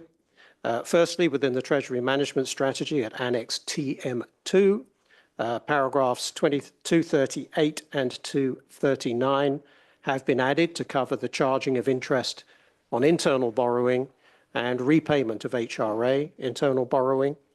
And an appendix has been added to the asset investment strategy at Annex A3, which outlines the principles of appraisals and viability assessments that the Council follows. For the avoidance of doubt, these enhancements are to either better document the Council's existing procedures or to document processes which have been anticipated but not yet been implemented to date, as with the HRA internal borrowing. That's it. I commend the recommendations. Thank you. Thank you. Councillor Fairclough, do you want to speak now? There's absolutely nothing I can add to Mark. Thank you. So are there any speakers, please? Yes, thank you. Madam Mayor, the Conservative Group simply cannot support the 5-year capital strategy or the negotiation and completion on acquisition and investments with costs up to 10 million. The administration makes it clear that non-monetary social value trumps all financial considerations. In my mere 10 months, I have scrutinised many property transactions where questions are constantly raised regarding best value for the council taxpayer. Our group are committed to drive both best value together with non-monetary social value, leveraging wider expertise to ensure that decisions are genuinely prudent, sustainable and proportionate. We must therefore abstain from this vote. Thank you. Point of personal explanation. Thank you. Councillor Austin suggested that either I or other, sorry, Atkins. my apologies, Councillor Atkins, my apologies, it's a late night, suggested that the administration put all other value above social value. I specifically said in at least one, if not two other speeches this evening, that all types of value should be considered. I didn't put one above the other. I merely said they all should be. Councillor Martin. Thank you. I do support most of this proposal before us tonight on the whole capital strategy. It has changed a little bit, and I, like Councillor Atkins, am concerned that non-monetary matters are placed above value for money. Page 229 in Appendix 2 is the critical area that I'm concerned about, and the Conservative group are concerned about, that the bottom of that page are funding impact considerations.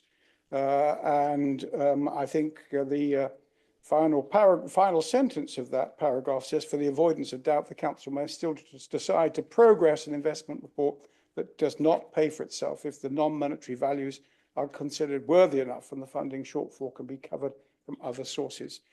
For me, that's overstating the position for non-monetary values trumping other things, and I still think that value for money should be placed more highly than it is. And I'm very sad that I won't be able to support this. I will be abstaining because the rest of the report I'm very happy with, but this I'm not happy with. Thank you. Thank you. Before Councillor Follows, are there any other speakers? Councillor Follows. If I may again say just one very short thing before I hand over to Councillor Merriweather. It would be as if the chair of the Resource Overview and Scrutiny Committee, if he had issues on an element of something that is the purview of the Overview and Scrutiny for Resources, should propose and have the committee vote for or vote on recommendations to the effect of the things that you just said. But as I have seen absolutely nothing from the Resources Committee on any of these subjects, it is very... 69 High Street was one specific project. If you're equating an entire policy with one project, whether you like it or dislike it, is probably a little bit difficult to reconcile. Not to mention the fact that I have seen in other places people say, oh, the administration is ignoring ONS. Well, there has been exactly zero votes even brought to the committee on the subject of these matters, and zero recommendations therefore brought to executive. I have sat now on at least 3 occasions and reviewed no recommendations from ONS, and then heard you in subsequent meetings describe something that you have a problem with. My request would be, if you or other members of ONS have concerns on these things, please raise them in your committee, have a debate on them, have a vote on them, so they are brought to executive and discussed. The issues regarding value, I think I've been through in depth. And I'll hand over, with your indulgence, Madam Mayor, to Councillor Merriweather if he has any comments on the specifics of the strategy. So is that to sum up and respond? I believe so, if that's okay. Thank you, Councillor Merriweather. So I'll be very quick. Financial sustainability cuts through and across all 6 of our strategic priorities. Not one of them stands proud of financial sustainability. None of them trump financial sustainability. We take it very seriously. I have presented for hours. I've discussed this for hours with various members, and I do need to unpack the issues that have been raised. The first is the valuations done by active members of the Institute of Chartered Surveyors.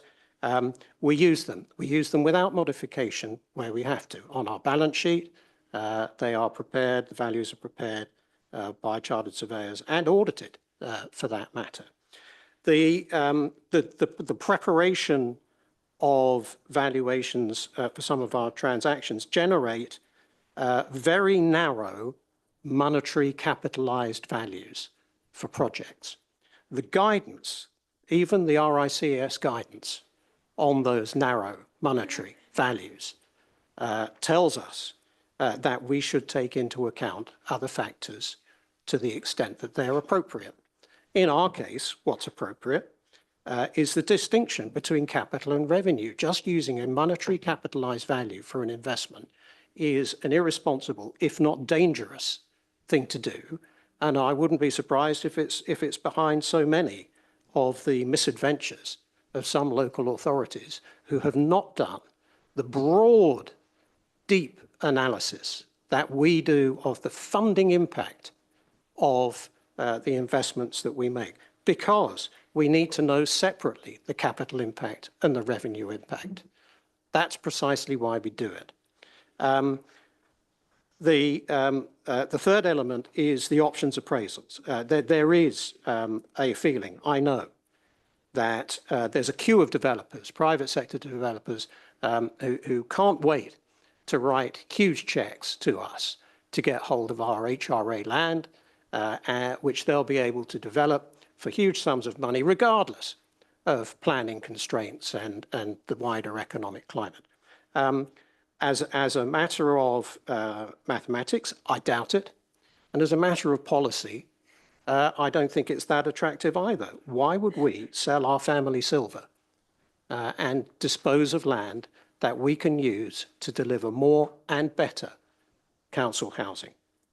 I would just like to wrap up on that. I don't think I've got a great deal to add, other than I do appreciate, even though it might not seem like it, the intentions of our critics.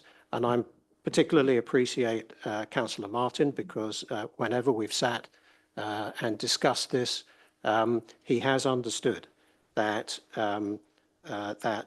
we can talk about policy and we can talk about methodology, and the two of them are two very different discussions. So I'm going to leave it there for the time being. I think that's probably all I need to say. Thank you.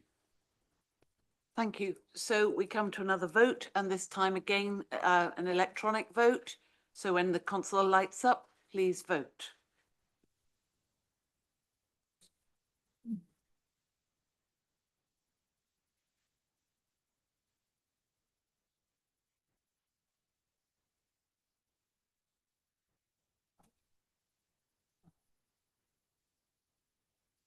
Thank you, Madam Mayor. You have 35 votes for, with 36 votes for, with 10 abstentions. Thank you. So that is carried. And we move on to agenda item number 9, the council tax setting for the year 2024-5. Leader, would you like to move the recommendation, please? Thank you, Madam Mayor. I am happy to move the recommendation. I believe I have a seconder. Happy to second. This is a fairly clear, direct consequence of setting the general fund budget. So I'm hoping it doesn't require further explanation from that, and I would therefore request we move to the recommendation unless there are any other speakers. Are there any speakers before Peter Martin agrees? Are there any speakers? No? So fine, we come to the vote, and this time again, it's a roll call vote. Ben?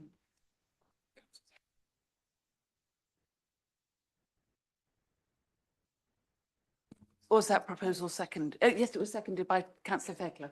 Yes. And there's no debate. And nobody wants to speak? No right of reply. And no right of reply. So we move directly to the vote. Thank you. Councillors, when I call your name, please state whether you wish to vote for, vote against, or abstain.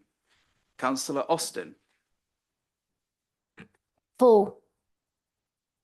Councillor Barker-Lomax. For. Councillor Beeman. For. Councillor Busby. For. Councillor Clark. For. Councillor Crowe. For. Councillor Davidson. For. Councillor Denis. Councillor Deuce. For. Councillor Fairclough. For. Councillor Follows. For. Councillor Gale. For. Councillor Goodridge. For. Councillor Hess. For. Councillor Higgins. For. Councillor Hyman. For. Councillor Keane. For. Councillor Keel. For. Councillor Lawton.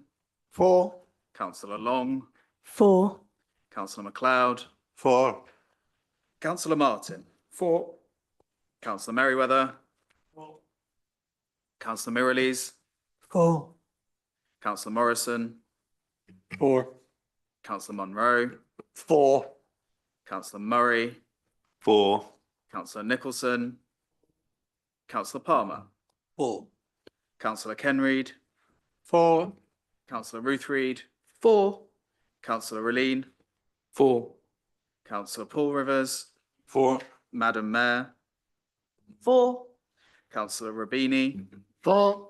Councillor Spence. 4. Councillor Staunton. 4. Councillor Steiger. 4. Councillor Sullivan. 4. Councillor Liz Townsend. 4. Councillor Philip Townsend. 4. Councillor Ward. 4. Councillor Weldon.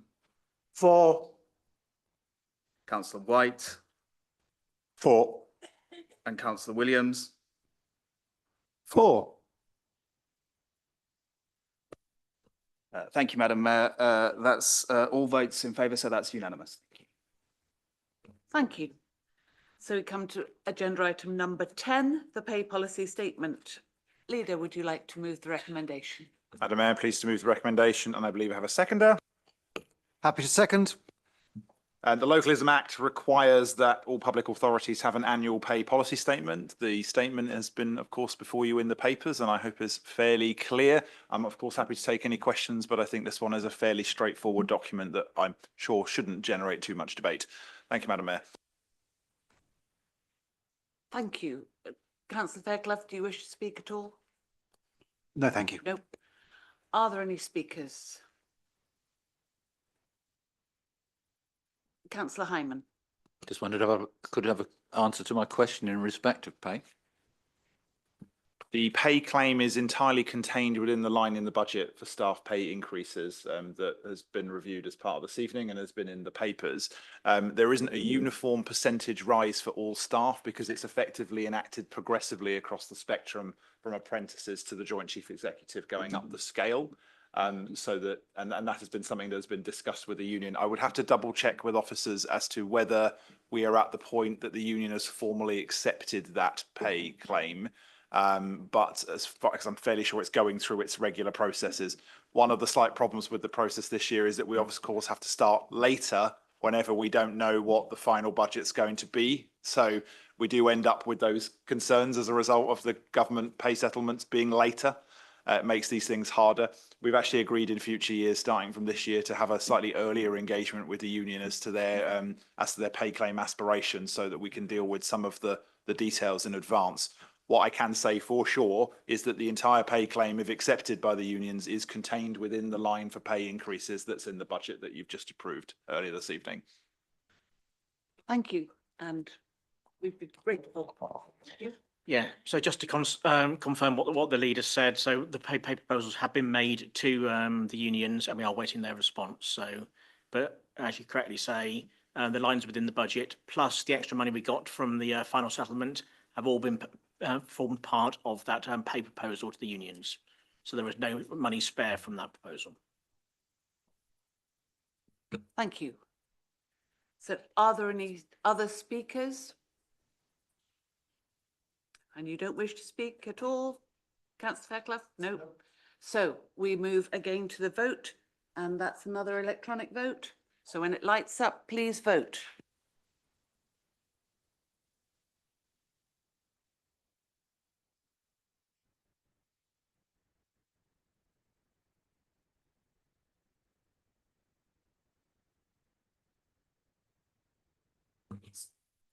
Thank you, Madam Mayor. We have 44 votes in favour, no abstentions and none against. Thank you.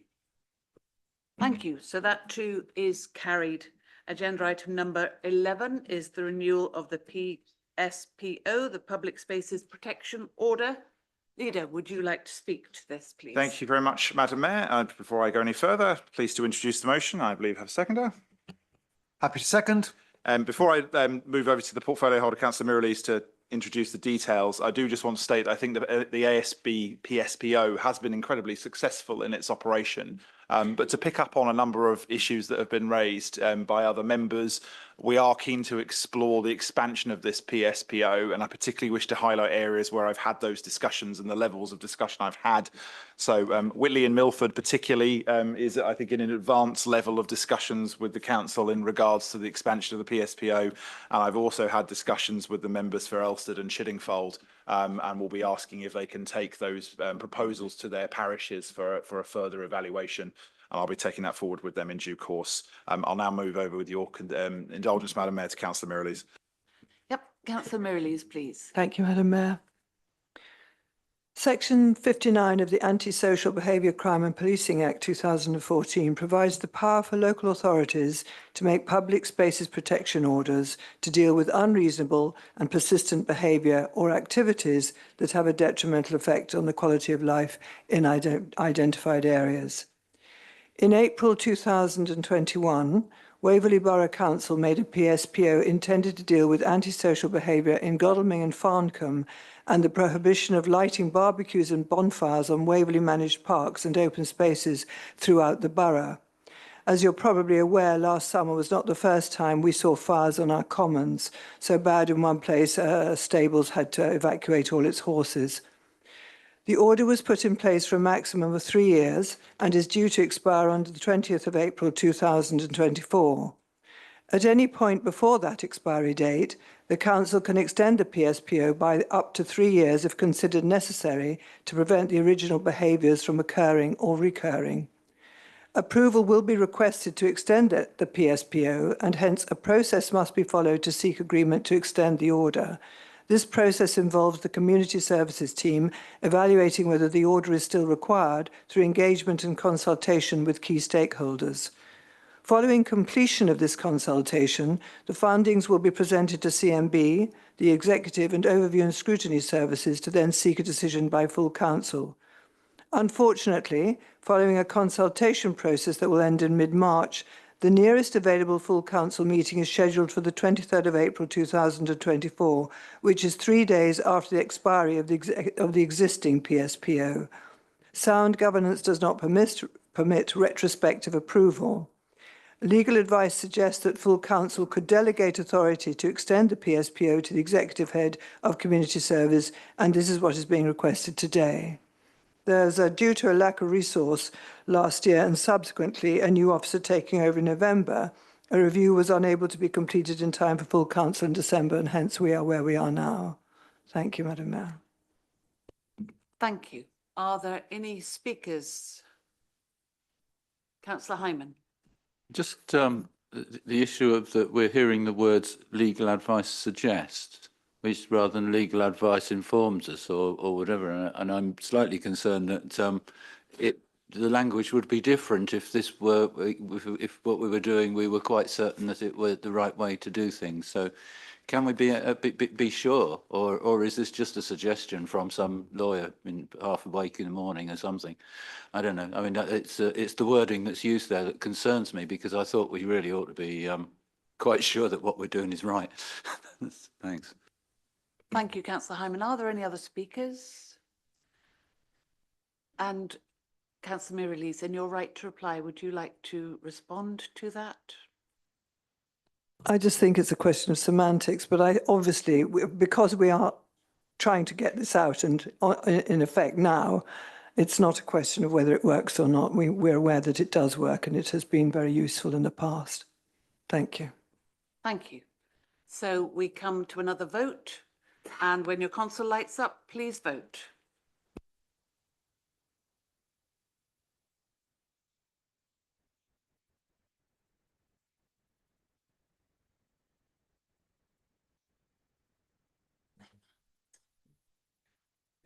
Thank you, Madam Mayor. We have 45 votes in favour, so that's unanimous. Thank you. So that too is carried. We come to agenda item 12. There are 2 motions that have been submitted. Leader, would you like to introduce the first, please? Yes, thank you, Madam Mayor. I'm very pleased to propose this motion on relating to Farnborough Airport, and I believe I have a seconder in Councillor Williams. Who's the second? Thank you very much. So many of you will be aware that Farnborough Airport is proposing to expand its operation dramatically. This will increase the maximum number of annual aircraft movements from between its current levels of 50,000 to around 70,000 per annum. This would include an increase in non-weekday aircraft movements by about another 10,000 up to 18,900. We know that rural areas are already somewhat impacted by the existence and the use of the airport.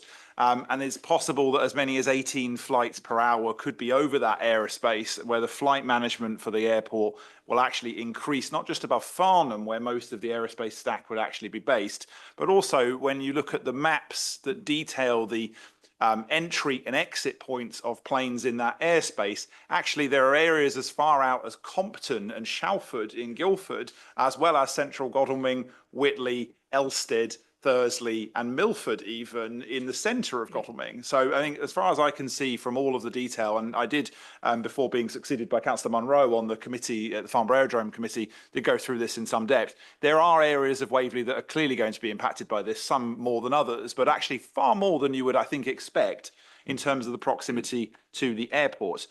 There has been over time a review of the new flight paths, and that was actually most of the actions for that were implemented in 2020. But some of it's still yet to conclude. They have a thing called the post-implementation review as well, which is supposed to do the monitoring and measurement of the aircraft noise. Now, for me, it is obviously putting the cart before the horse to have agreed these sorts of expansions and to propose them without some of the fundamental data that goes with it. Just on the side of this, and I'm sure Councillor Williams will go into this sort of thing in more depth, the average number of users of these planes is 2.5 passengers per plane. Sometimes those passengers, by the way, aren't even human. There's a big business in transporting pets for very, very wealthy people. And in some cases, about 40% of those flights actually fly completely empty. UK Climate Change Commission has said there should be no further expansion of airports without mitigation for aircraft emissions. Farnborough Airport consider themselves on their own website to be basically UK's sustainable alternative. Sustainable airfields are, I think, a little bit of a misnomer. Sustainable aviation fuel is something that is in its infancy at best. It certainly cannot be relied upon as a reasonable mitigation. The airport itself is net zero only because it excludes everything other than the operation of the airport as scope 1. That means electric vehicles run on the site, but they do, for example, discount the running of any planes, because of course they aren't the owners of the planes, but they also discount quite legally and quite properly under the current legislative regime set by the government. They are allowed to exclude even the sale of fuel on their site to those companies that are flying the planes. So it is, I think, an example, in my opinion, of quite serious greenwashing. The idea that unmitigated fuel on more planes would be at the very least not the same, if not worse, in terms of emissions. The reason I bring this motion to you now and why it's timely is because we need to make sure we've made representations to the application being considered before Rushmore, which is the date of which is somewhat in flux, and it's not particularly clear as to when they're going to actually stop comments coming in. So there have been some discussions about whether the application is going to be heard before the PCC elections and local elections over the border, but they aren't sure. So getting comments in by the April 1st date that is stipulated on the actual application, I think, is a sensible thing for us to do. There have been a number of other people comment on this, and I think they're absolutely correct to oppose this for many of the reasons that they have stated and I have stated in the motion. I certainly think that supporting this would be completely wrong without knowing the genuine impact of those additional routes in terms of noise. And bearing in mind the most impacted area is the west of Waverley, including Farnham particularly, but also almost all of the Western Villages division, the Western Commons division, my apologies, which includes Tilford and Frensham and Churt and Hindhead and various other areas in that part of Waverley, but also the centre of Waverley that's impacted as well.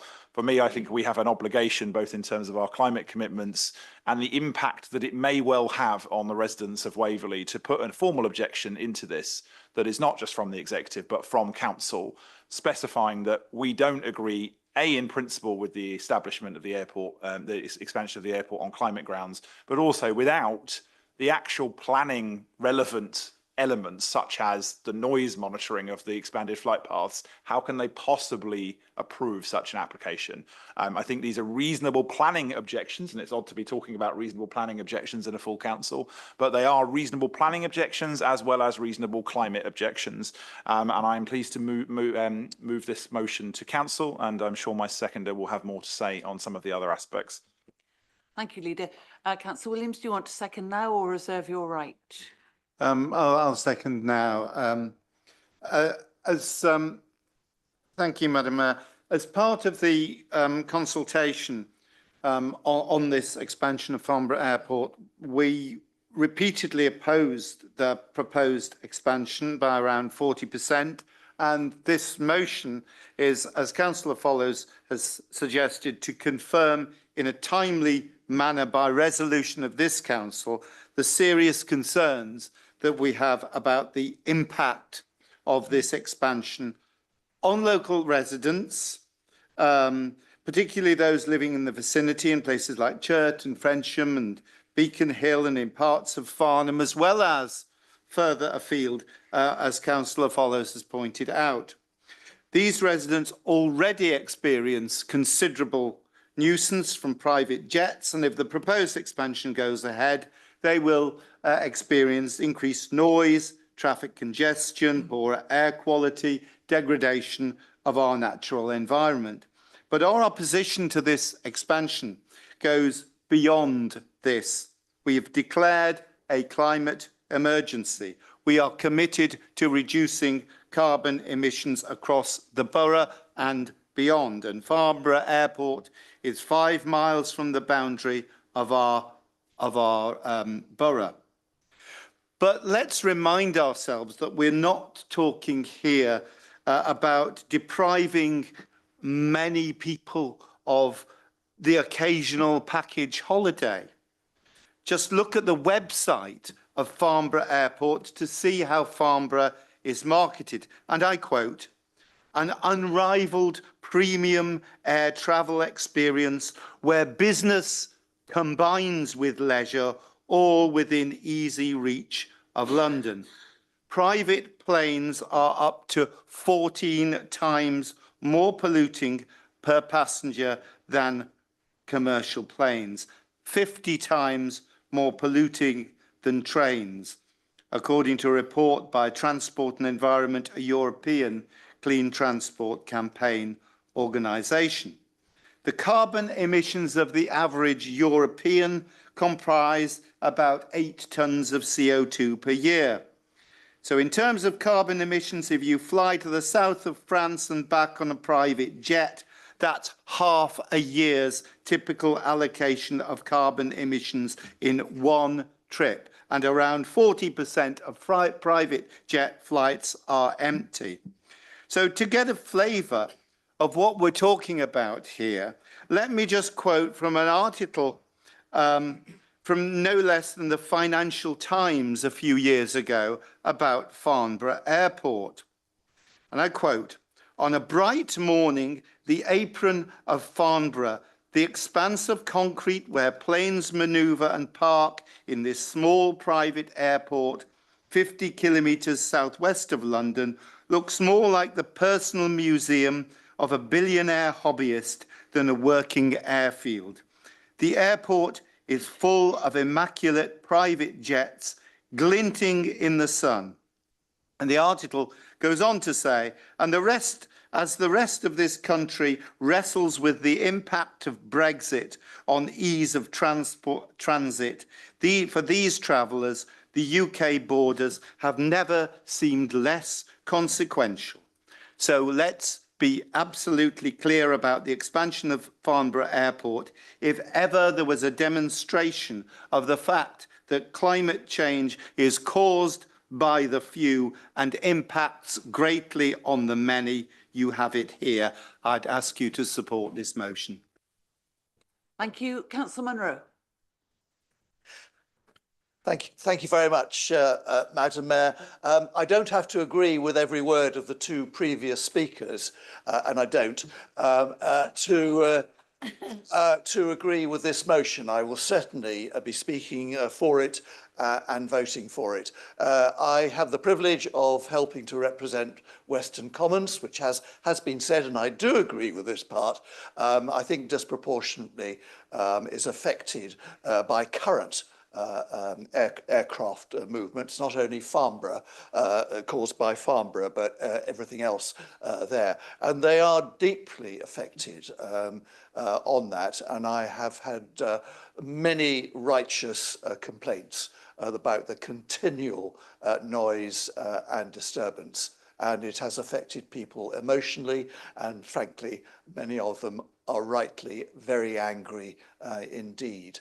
I'm also the council's representative on Farnborough Aerodrome Consultative Committee, which I may say in parenthesis has got a long way to go before it is the effective body that it ought to be. But I am pleased that this council and its representatives and other councils are actually seeing some progress. For instance, some proper mobile and noise monitoring equipment is being deployed as we speak. A long way to go, but we are making our voice heard. So why do I think this motion is right? And I think the reasons are clear. While Farnborough Airport, in my view, has got a role to play in this very busy southeast, and then there's never not going to be planes flying overhead. If you want that, then move to Scotland, but in the southeast, it's going to be a fact of life. Nevertheless, it's the unfairness and disproportionality. It is affecting some people far too much, and that's the current situation.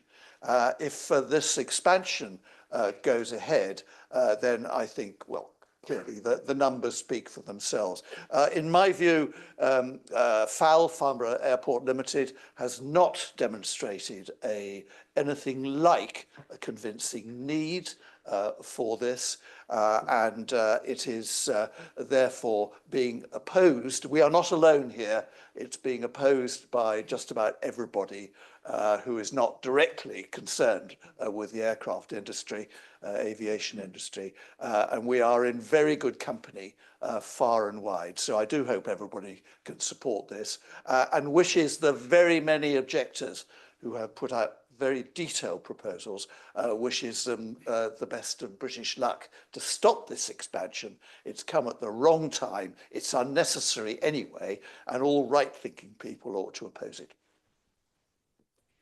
Thank you very much. Councillor Clark. Thank you, Madam Mayor. Well, according to the new David Munro doctrine, it's perhaps time that I move back to Scotland.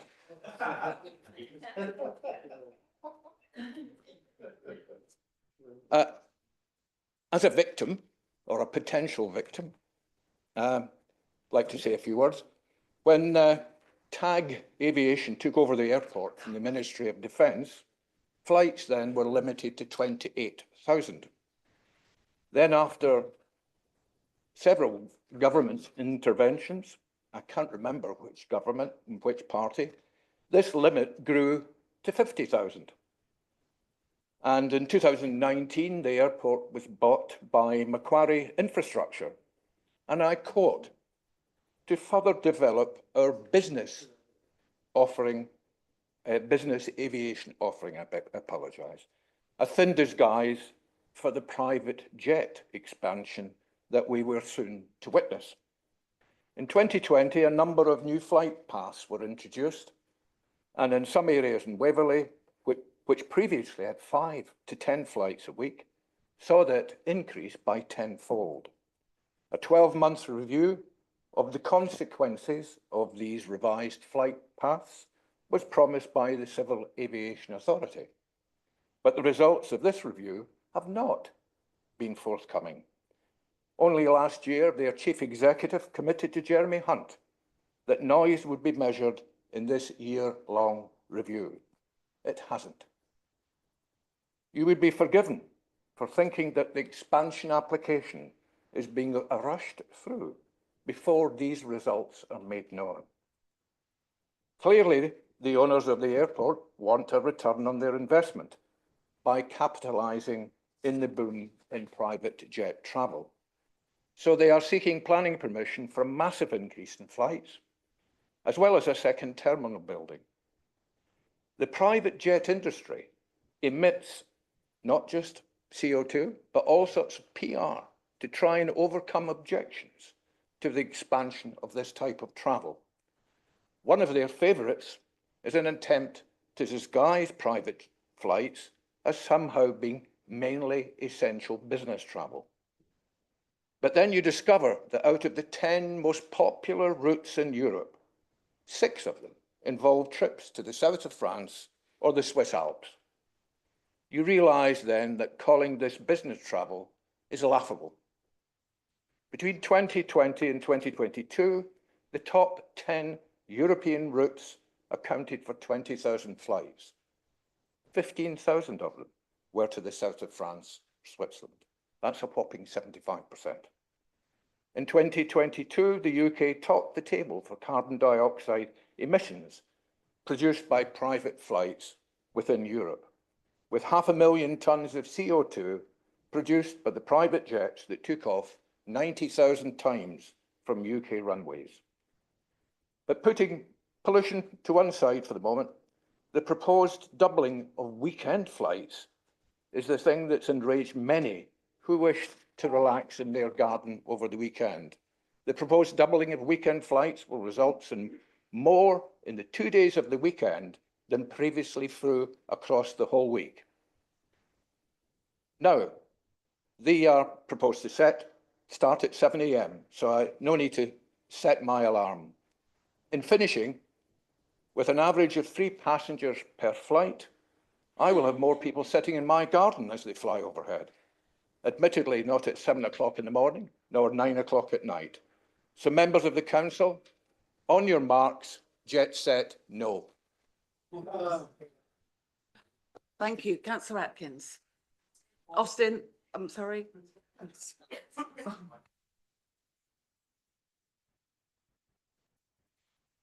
Thank you, Madam Mayor. I note on Rushmore Council's planning portal, on Waverley's own press release and website, and as reported on social media, that Waverley Borough Council has already responded formally via a letter of objection on our behalf on the 24th of January. So I would question why this motion complies today with 2.4 Part 4 of the Constitution, as it is not time sensitive. Perhaps it would have been better to debate this at a previous council meeting before an objection was submitted. That said, on behalf of our council group, we believe the Farnborough application is a very important issue for Waverley residents, and so we are happy to offer our comments. On behalf of residents, we have been in dialogue and attended meetings with our MP throughout the FAL 2024 consultation and subsequent planning process.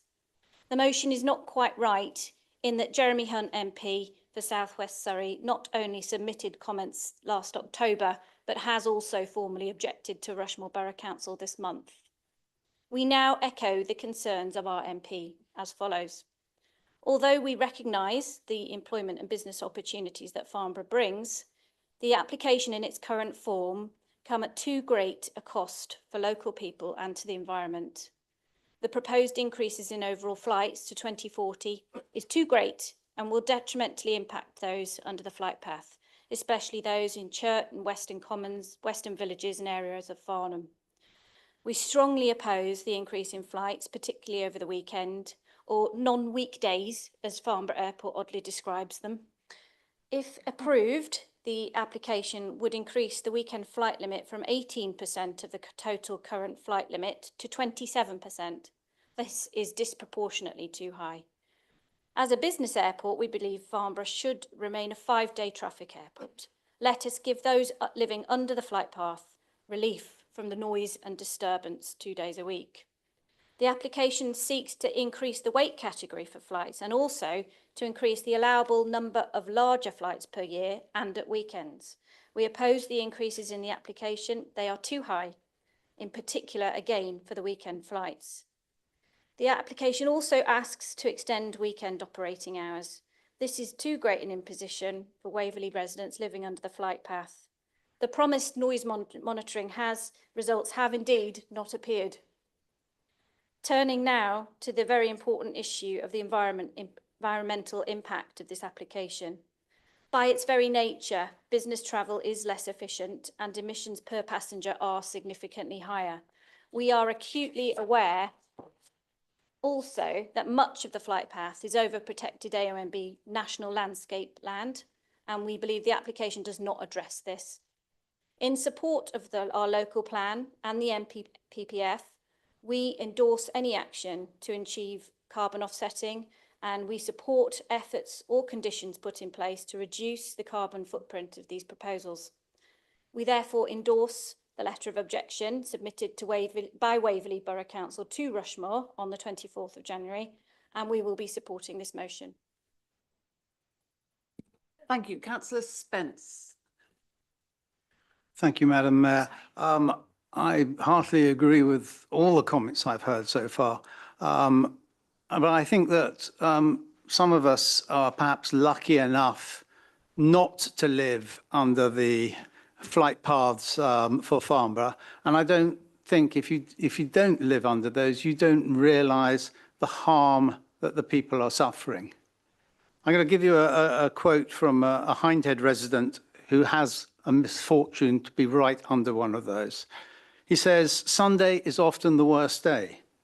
We monitored 35 aircraft over our garden inbound in just a space of 4 hours. Many of those aircraft had noise levels of 70 decibels and some even 75 decibels. The noise level is extremely intrusive and very disturbing." Indeed it is. 70 decibels is like having your ear against your washing machine going continuously. And that's the reality now, even before Farnborough planned to double the number. And I say double the number because that, although the application is to go from 50 to 70,000, their current flights are about 35,000. So we're talking a doubling. And Farnborough also have the gall to say in their plans that the expansion will, and I again quote, help their continued journey to achieve net zero by 2030. Yes, they conveniently forget to mention that they don't include the emissions from the actual flights themselves. Those are something like 20 times the amount that they produce in the airport. And so much for net zero for the rest of us. And this bitter pill is being sugar-coated by some very dubious statements about the benefits to the local economy. But as previous councillors have said, it obscures the fact, the plain fact, that the principal beneficiaries are the privileged few who can afford private jets to fly to their yachts and ski chalets. Someone counted just this weekend, 40 flights alone on Sunday came from ski resorts. Those privileged few and Farnborough's owners are the only real beneficiaries of this plan. And I remind councillors that Farnborough's owner is the very same Australian private equity company that has pillaged Thames Water and has now minimised Farnborough's future UK corporation tax by loading it with debt. I urge you all to support this motion. Thank you. Thank you. We have Councillor Hess, Councillor Beaman, Councillor Staunton. Councillor Hess. Thank you, Madam Mayor. I agree with everything that's been said. The increase in numbers are very serious. What is not mentioned is the increase in road traffic to and from the airport, which will create emissions and congestion on local roads, service vehicles and supply vehicles for the additional flights. And there's also a threat which, when I went to the presentation at the Lakeside Hotel, and I talked to a representative of FAL, Farnborough Airports Limited, and I said, within these numbers of additional flights, can those numbers include additional flights of helicopters? And the answer was yes. Now, if you had a helicopter, did I say clopter? If you have had a helicopter buzzing over your house, which I have regularly, and I'm sure a lot of you also do, you know how horribly noisy they are, and they're flying at much lower level, much lower level than the jets, which are taking off to higher altitudes. So this is a hidden problem that could emerge. Certainly the people that live in villages around Marlow experience this because there are commuter helicopter flights bringing executives out of London to an airfield on a regular basis and flying over houses every 10 minutes or so. It's incredibly intrusive. So that's just got to be borne in mind that it could become a very big issue in the future. It's already a bit of an issue, but it could become much worse. So I just flagged that up. Thank you, Madam Mayor. Thank you. Councillor Beeman. Yeah, thank you very much, Madam Mayor. Yes, Farm Town Council have already objected to this application, and what I would say is that my concern is the effect on the local residents. At the public exhibition that was held, much was heralded about creating 4,000 new jobs. But what wasn't mentioned was the fact that even in Farnham alone, there's 40,000 people who would be affected. And the fact that they propose an enhanced insulation package for people living under the flight paths. The fact that they propose an enhanced environmental package, I think, damns the whole thing entirely. So I'm very pleased to support this motion. Thank you. Thank you. Councillor Staunton. Thank you, Madam Mayor. Last autumn, I submitted comments as part of the consultation process for Farnborough Airport's 2040 expansion proposals. I have now written to Rushmore Council on behalf of the residents of Churt, Tilford and Frensham to object to the airport's planning application. When I met Simon Gear, the CEO of Farnborough Airport, on the 16th of October, we discussed the consultation at length, in particular, the proposal to increase the number of flights. This is an issue which is very important to the people of Churt, Tilford and Frensham, 3 of the 5 parishes I represent. If approved, the application will have implications for many who live under the flight path, as has so eloquently been outlined by my colleagues, particularly the residents of Churt. The expansion of the airport will come at a significant cost to these people, and I'd like to ensure their concerns over the expansion are addressed again. They're concerned chiefly about noise, the proposed increases to weekend flights, and many have also highlighted the issue of increased emissions. As Councillor Spence mentioned, Farnborough handled 32,600 flights in 2022, and they are looking to increase that to 70,000 flights a year by 2040. This seems a very severe imposition on the residents of Churt, Tilford and Frensham. I'd like to see a lower growth rate. As Councillor Clark mentioned, Farnborough began operations in 2000 with just 28,000 flights a year, and moving to 70,000 seems a bit much. Farnborough is also planning to increase the weekend flight limit to 8,900 flights, from 8,900 flights to almost 19,000. Residents feel this is unreasonable. Farnborough is, of course, the UK's oldest aerodrome and was the site of Britain's first ever powered flight. For most of its 120-year history, it operated as a military and civilian aviation research centre.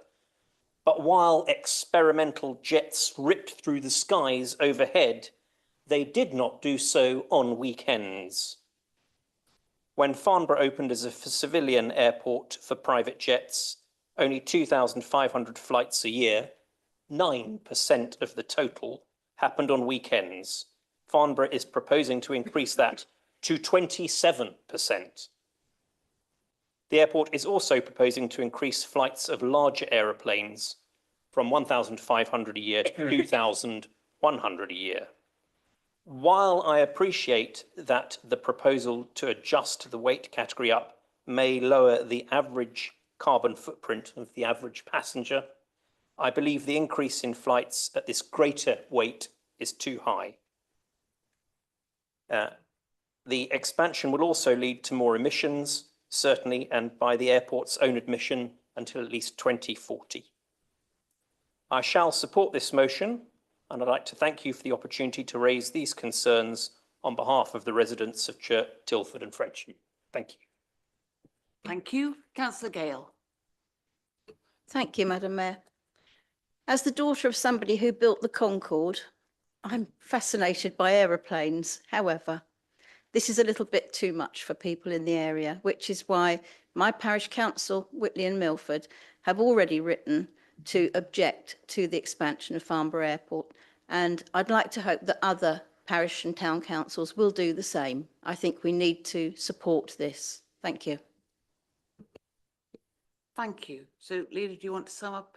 I will just say thank you to all members. I think we've had a fairly good consensus on this. Certainly, Councillor Spence, you are, I'm afraid, one of the inspirations for this motion, in that I know you've done a lot to raise awareness of this issue, and you prompted the initial discussion that Councillor Williams and I then had with all of the parishes involved in that area, which is one of the reasons why many of them did write objections, and were certainly aided in doing that by their local members.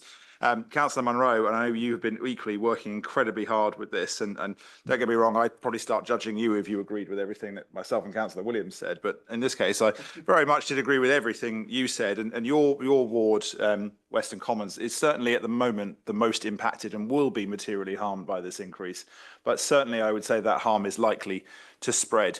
I think in the longer term, it's my hope that the government will do things to ban these sorts of expansions in a more general sense, in the sense that just as with individual fracking or unconventional drilling, such as the one in UCOG being opposed piecemeal, conceptually the subject should be banned by the state. And it is unfortunate that individual applications like this are opposed when the wider issue is not. And I'm sure that's something that we'll get to in due course. But I'll leave it there and thank members for their support, and we'll ask to move to a vote. Thank you. I'll certainly ask you to move to a vote.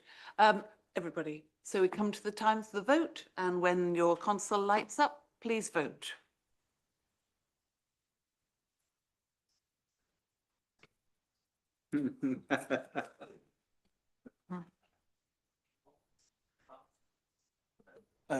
Thank you, Madam Mayor. With 44 votes in favour, that's unanimous. Thank you. That too is carried. So we come to the second motion. Leader, would you like to speak to your second motion? Thank you very much, Madam Mayor, and I believe I have a second. Councillor Austin. Can I raise a point of order, please? What is your point of order? While I support many of the points raised in this motion, I do note 12.6, limit on number of motions in the Constitution, 12.6.4. No councillor may have more than one motion on notice included on the same agenda. May I have a ruling on that, please?